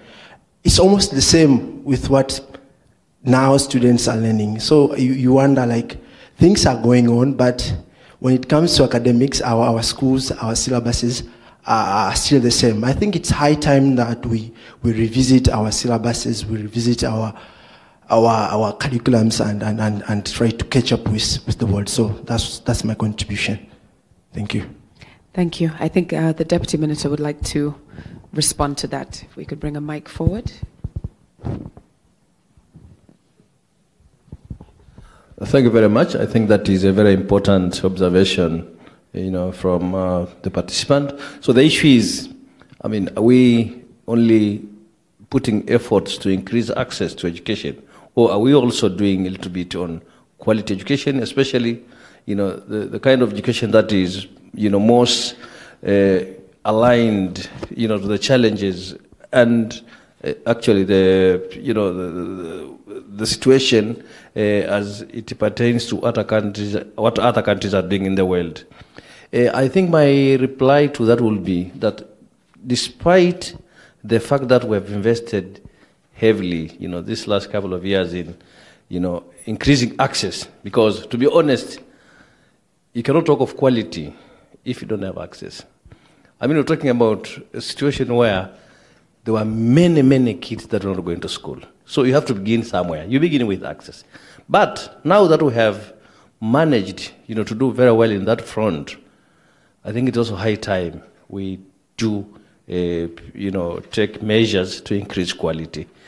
So in terms of whether our curriculum is well,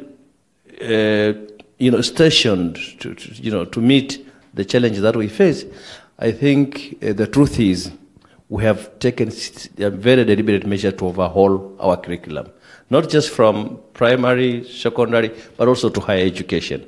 We are now overhauling our curriculum because in the past, our education system was knowledge-based. We are not going to where the world is, and that is competence-based. So I can assure you, if you revisit the curriculum that we have now, in secondary, primary education, but also in many of our universities, things have changed. We are now encouraging, an education system, that allows students to be creative, to be competent, to be creative, to be very innovative, but also because we no longer think of, higher education as a place to create job seekers, but most importantly, we're thinking of spaces to create job creators. So I can assure you, many, many changes are taking in that front. And as you can see, we're slowly seeing a new breed of graduates. I've visited many universities. You see many students that from there actually more creative and ready to actually face the world more creatively more than the way it was in the past. Thank you very much. Thank you very much for weighing in on that. I think Dr. Samakafu, you'd like to add? Thank you. In fact, I just want to add to what Deputy Minister have just pointed, and maybe let me also use this opportunity to invite you to the exhibition which is being coordinated by TCU. That's where you'll see what is happening in our, because it is very easy to condemn that the syllabus does not reach us anywhere, but go and see how the students have become innovative, go and see the robotics and everything. And this is done in schools, it is done in our vocational training institutions and everything. So the curriculum for me, I think it is okay. But it is this mentality that everybody is just educated to get employed. And I don't think this is possible. Throughout the world, it is not impossible to just employ everyone. So I think maybe with this competence-based, we have seen the positive results.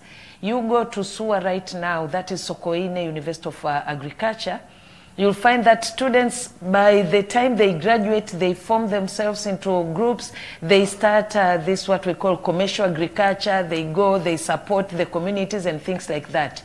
The graduates from Aldi Institute also, they come into groups. They start, you'll see many ads. We are selling lands, which is already, have title deeds and what. So this for me is really marking, because they don't wait for them to get employed into the Ministry of Lands. Otherwise, it will be really impossible. So this is something that we think that it is positive and we want to promote it. But again, the ministry right now have, I think last year, launched a policy on innovation and innovation technology, whereby schools, right now the guidelines are being developed so that we see how we can identify the innovation done by students from the primary school, secondary to colleges and universities. But again, we are trying right now through the curriculum development through Tanzania Institute of Education. We want the curriculum to go beyond the traditional subjects, to see how it can promote innovation. Also, we are looking about establishing, right now we are completing now the guideline for registering schools. rather than just having the normal schools, we also we want to acknowledge that we would be having special schools. These special schools will be going, beyond the normal curriculum and make sure that they take good care of issues that are supposed to support the development of this country. Thank you. Thank you very much for weighing in there. Do we have any other questions from the floor? Perhaps from someone who hasn't spoken yet? Yes, there's one over here. If we have time, I'll come back to you. Hello, everyone. This is Imran. Could you just step? Yes, there we go. Put me on the spotlight, do you? We need to see who we're talking to. All right, so my name is Imran, and I represent Avanti Communications. We have a project in Tanzania called iKnowledge, which is an EdTech project. My question is, because throughout the program I've been hearing about sustainability. And it's not fair just to say that it's a one-sided aspect. Sustainability lies with all those involved. My question is to the panel here, if there's one thing that we as external bodies or non-government entity could do towards sustainability, what would be the one advice or suggestion they would like to pose to us or give to us? Secondly, to the young man who raised the question about the syllabus. I was in UDOM, I think, last year, and one thing that came out very clearly there is the syllabus is enhancing. I graduated a few years back, not from UDOM, but I can very proudly say that I've seen Tanzanians achieve a lot, especially when it comes to the technical subjects. And that is something that I have taken from that, and to that I say, hongera sana, Mheshimiwa Naibu Waziri. And just to let you know that as Tanzanians, we need to explore. We can't be stuck to that mentality that it will come to us. So young man, this is just an advice. So, and I think the question is across the panel, it's not to the Ministry of Education only. Santeni. Okay. Is there somebody on the panel that would like to? Quentin, would you like to take that? Maybe I'll answer the first question on sustainability. So I happen to be in the education practice, but I'm not actually, for most of my life, I've not been working on education, so I can claim to be slightly unbiased. But if there is one thing I think that can lead to sustainability, and we mentioned it when we launched the last Tanzania Economic Update 6 months ago, it is educating girls. And the reason why I want to just emphasize that is because it has an impact on everything else. Educating boys too, but educating girls has a larger impact on under-5 mortality, under-5 stunting, on economic growth, on such a wide range of things. It's one of the best investments that we can do. And so I just wanted to mention that once again, even if I'm a broken record. But the returns to that, as well as the returns to investment in early childhood, are just among the largest. And that's what can help also achieve sustainability. Yes. To add on that one, the issue of sustainability mostly is being, it arises when we have the so-called projects or intervention. And that is, I think, very critical. Whatever we are trying to do, in order for it to have results, we really need to question that sustainability. Because we have so many interventions, they were kind of like, when you play with catapult, you just do pop, and it is once it hit there, that is the end of the story, and the rest remains. So it is really important whenever we conceive these programs to really think about sustainability. And that's why for us, again, I've said, we are looking about expanded access. That will be our song. Expanded access to education. Okay, expanded access, how do you do? First, we are working on the infrastructure. But secondly, now we come to see, we are going now to a further step to see how now we have these facilities, how to improve the quality there. So literally, it is something that you go around, but you look at the objective that you have as a nation, not as a project.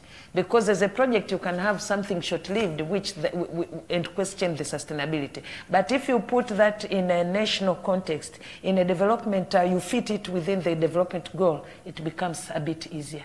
So this is my conception of that one. I think just two quick comments. One, by its nature, education tends to be conservative. As we speak, there is a very big debate going on at Harvard. Harvard is being accused of having a very rigid curriculum. It is because education is a conservative industry. It doesn't change as quickly as the society changes. Otherwise, you'll be changing the curriculum every day. Second point, we always confuse between education and training. While educating is an exclusive function of formal education institutions, training is a shared responsibility. And one of the problems we have in this country is that our employers are not undertaking the responsibility of training. They expect ready-made product from universities or from other education institutions. There is no any education institution in this world that trains every aspect of skills. It doesn't. You don't really get every aspect of innovation from education institutions. These aspects are shared responsibilities between institutions in the society, mainly employers, plus education institutions. And I think that we put too much burden on formal education institutions, and everybody else is excused. And we go and blame our universities, our schools, but actually that is the nature of education globally. So this debate is not new. It is there everywhere in the world regarding the rigidity of curriculum of these education institutions. Thank you for weighing in. I think we will just go 1 minute for each panelist just for their closing remarks. So I will ask you, Rahel, to please, final message.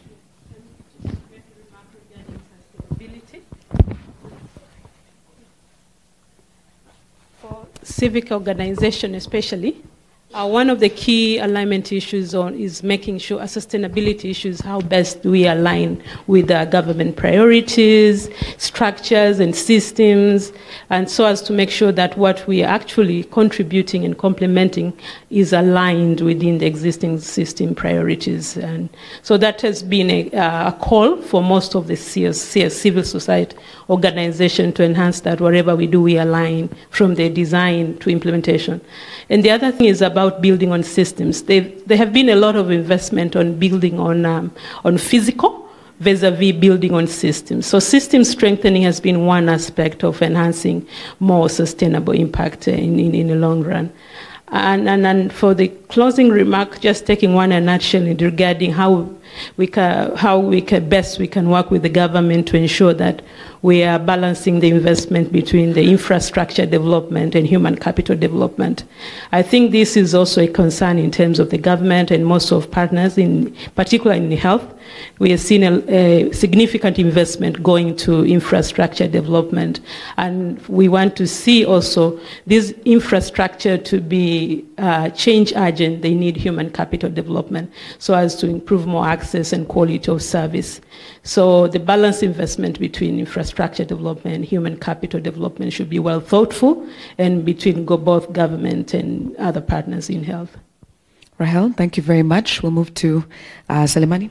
Okay, thank you. Yeah, I would also like to comment a little bit about sustainability. For PSSN, actually sustainability is one of the critical element which we are considering.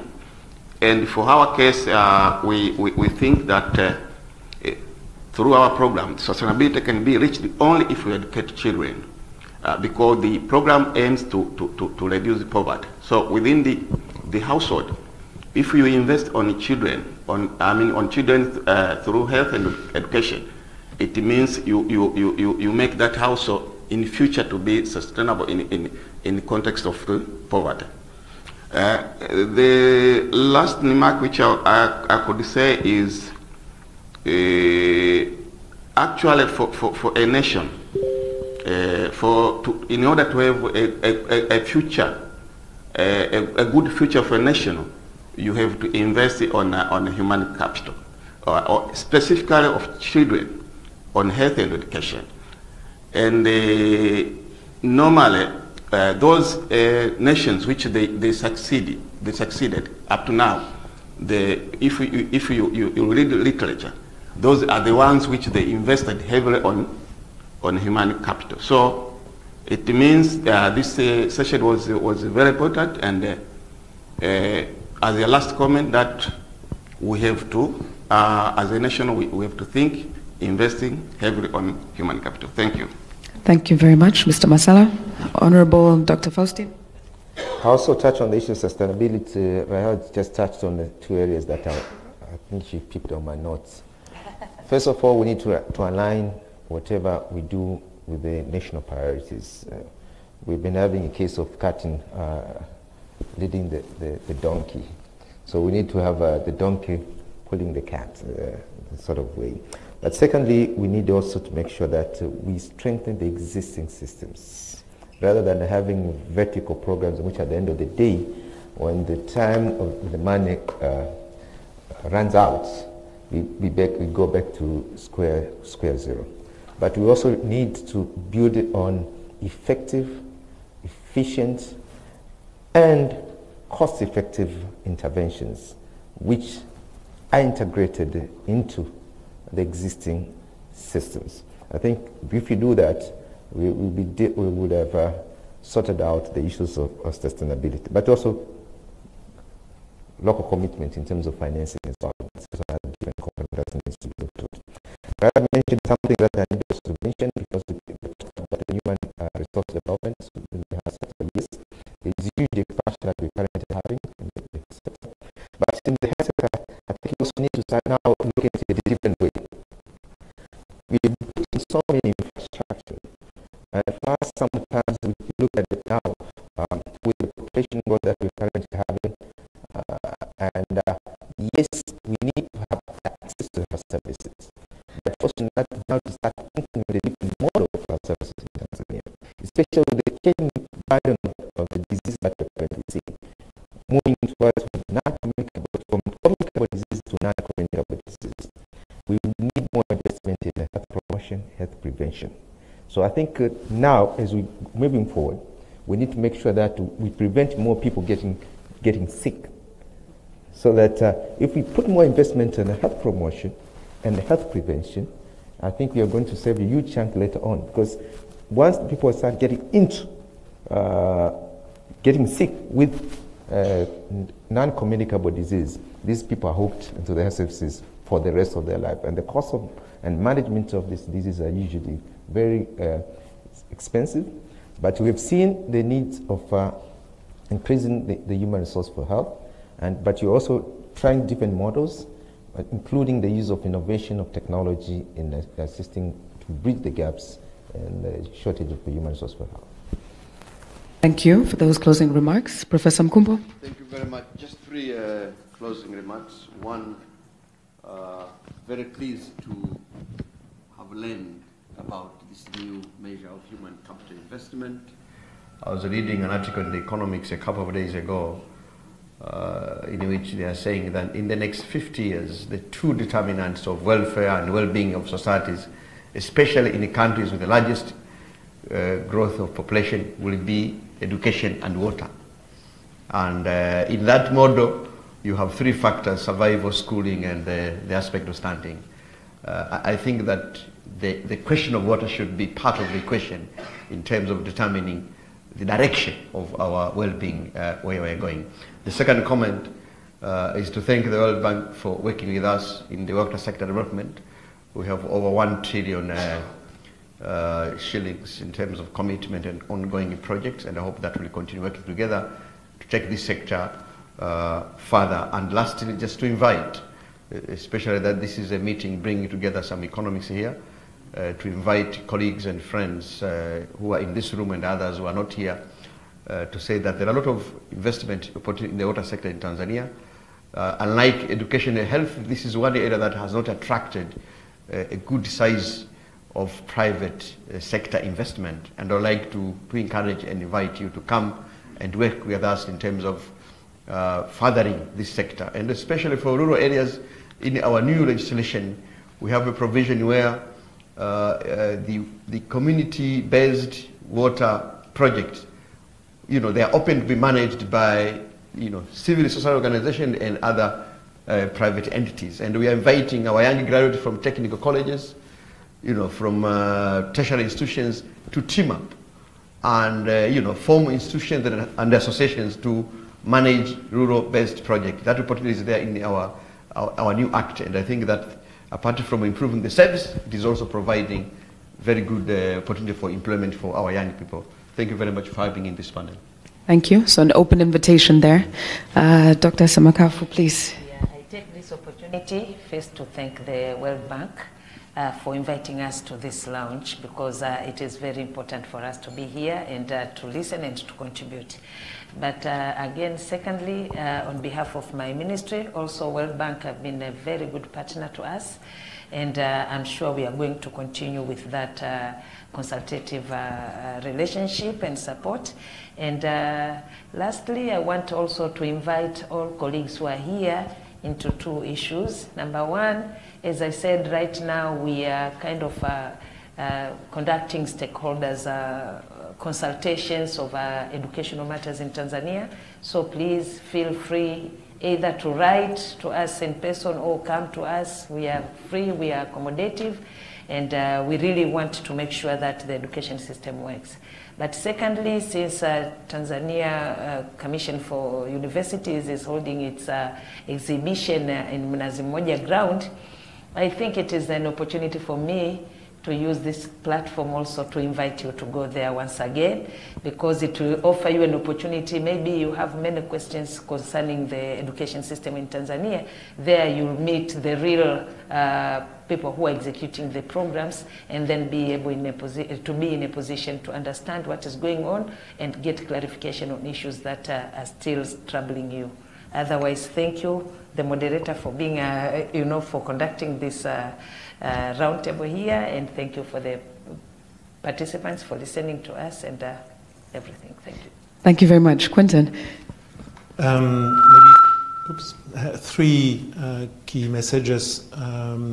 One, because it's still, I think, a bit controversial in Tanzania, the importance of reducing fertility rates so that women can achieve their desired fertility rate, because this has an impact on many other things. Second, the importance of allocating the right amount of budgets. There is sometimes an impression that the social sectors do not receive enough funding in the country, and many of the things that we discussed require money. The third one is the importance of targeting, which we haven't discussed too much. There are issues in many parts of the countries, but we have to target the areas that are lagging behind and where, through a combination of specific programs and incentives, behaviors can change to improve conditions on the ground.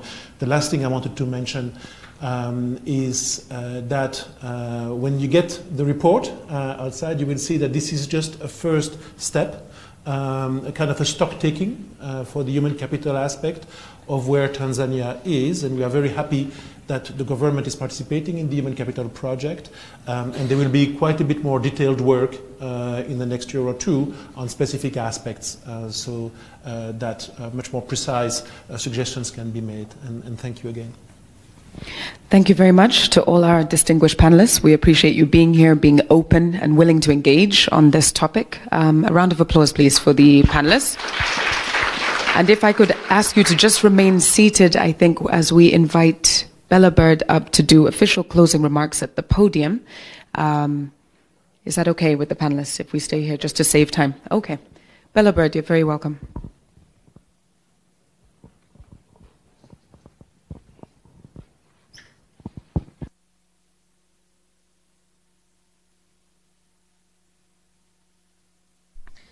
So thank you very much, Miranda. Thank you, panelists. That was just such an interesting 3 hours. And I, as always at these events, I am taking in the detail of what's being said and then trying to think through what are the key takeaways that I would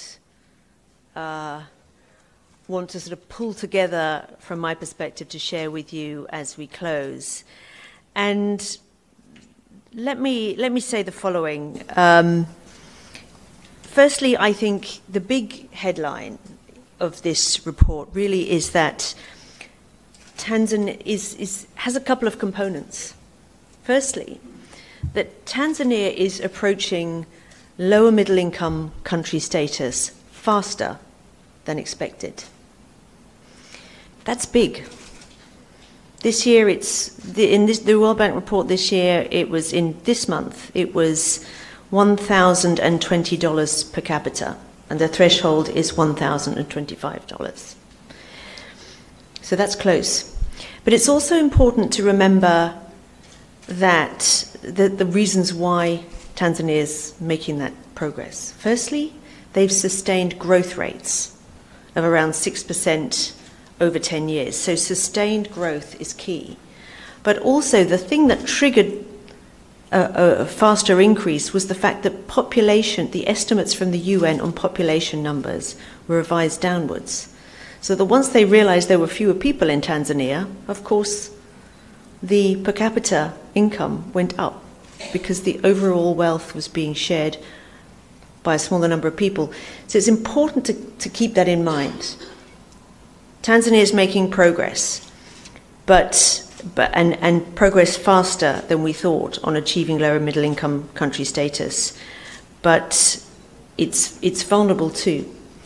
The second part of my first big headline is the fact that on the HCI, Tanzania is 0.4, which is lower than you expected. So faster expectations on progress towards lower MIC, but lower than expected expectations on human capital index, given the economic progress that's been made.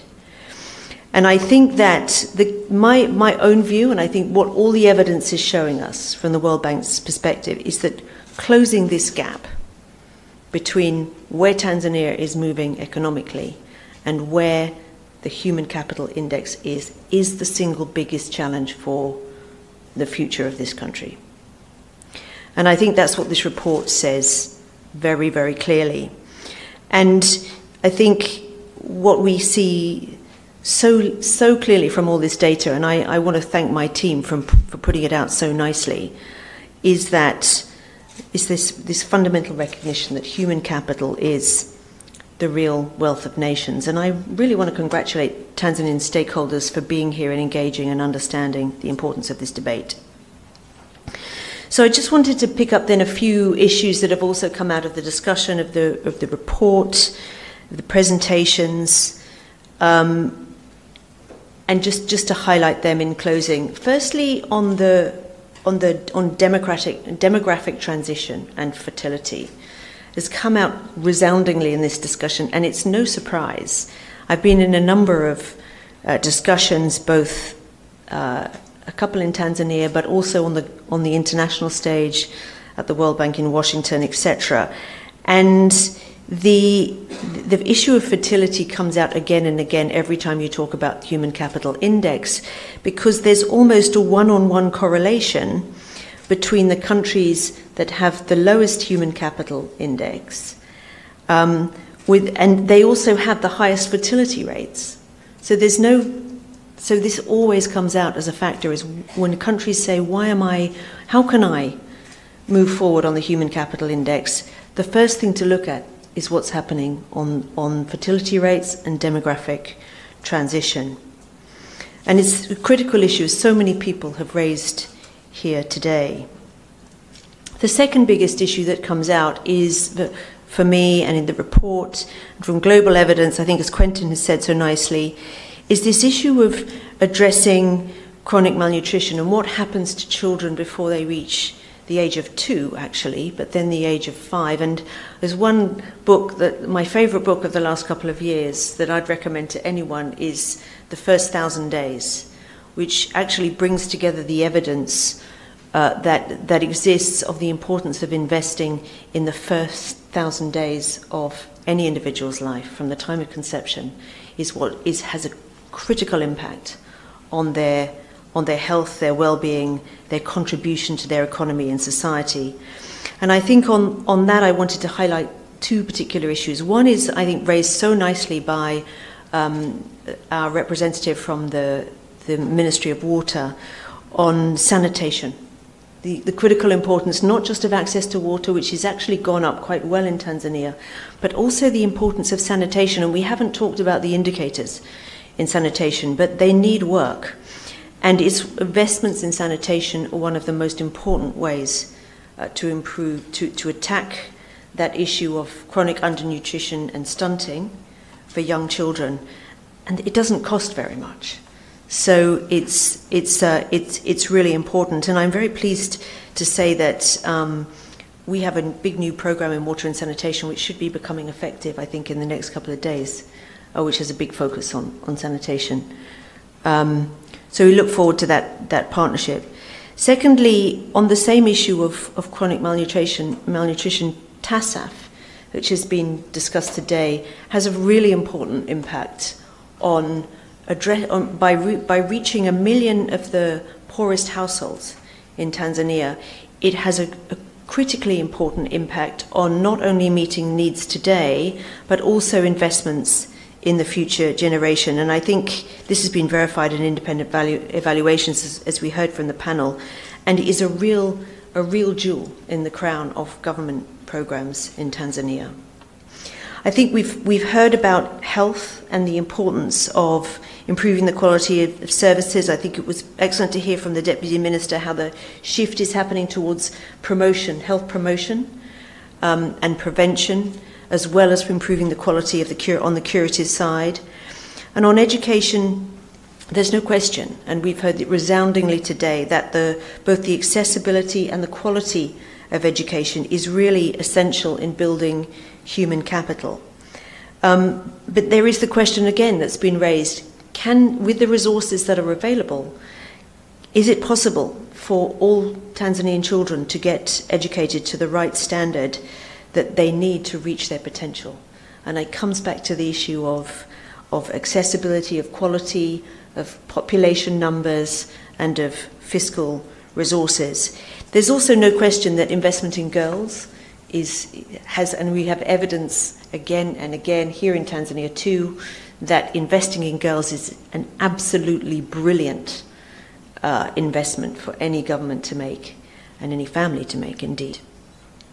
I wanted to say on education, just from a World Bank perspective, that that's been our biggest growing sector in recent years, and I'm so proud that we have programs that support raising the quality in primary education. We've got a program coming through in the next month or so which focuses on secondary education with a big focus on girls, as well as boys. So both are in there, but girls are getting the boost that they need. We've got work going on in the skills area, working with some of the key institutions across Tanzania to upgrade their ability to deliver higher skills for the people who are emerging from school into the labour market. We've also got a regional skills program underway, and I was just hearing the other day about the Dar es Salaam Institute of Technology, how they're becoming a centre for investment, particularly in developing digital skills under the World Bank program, which is going to be so critical for the next generation of industrial reforms globally, including in Tanzania. So, and we'll be doing more on education. You'll hear more from the World Bank on that. I especially resonated with what was said on young people and the fact that there are so many bright, energetic, articulate, well-educated young people in Tanzania. I'm overwhelmed by that.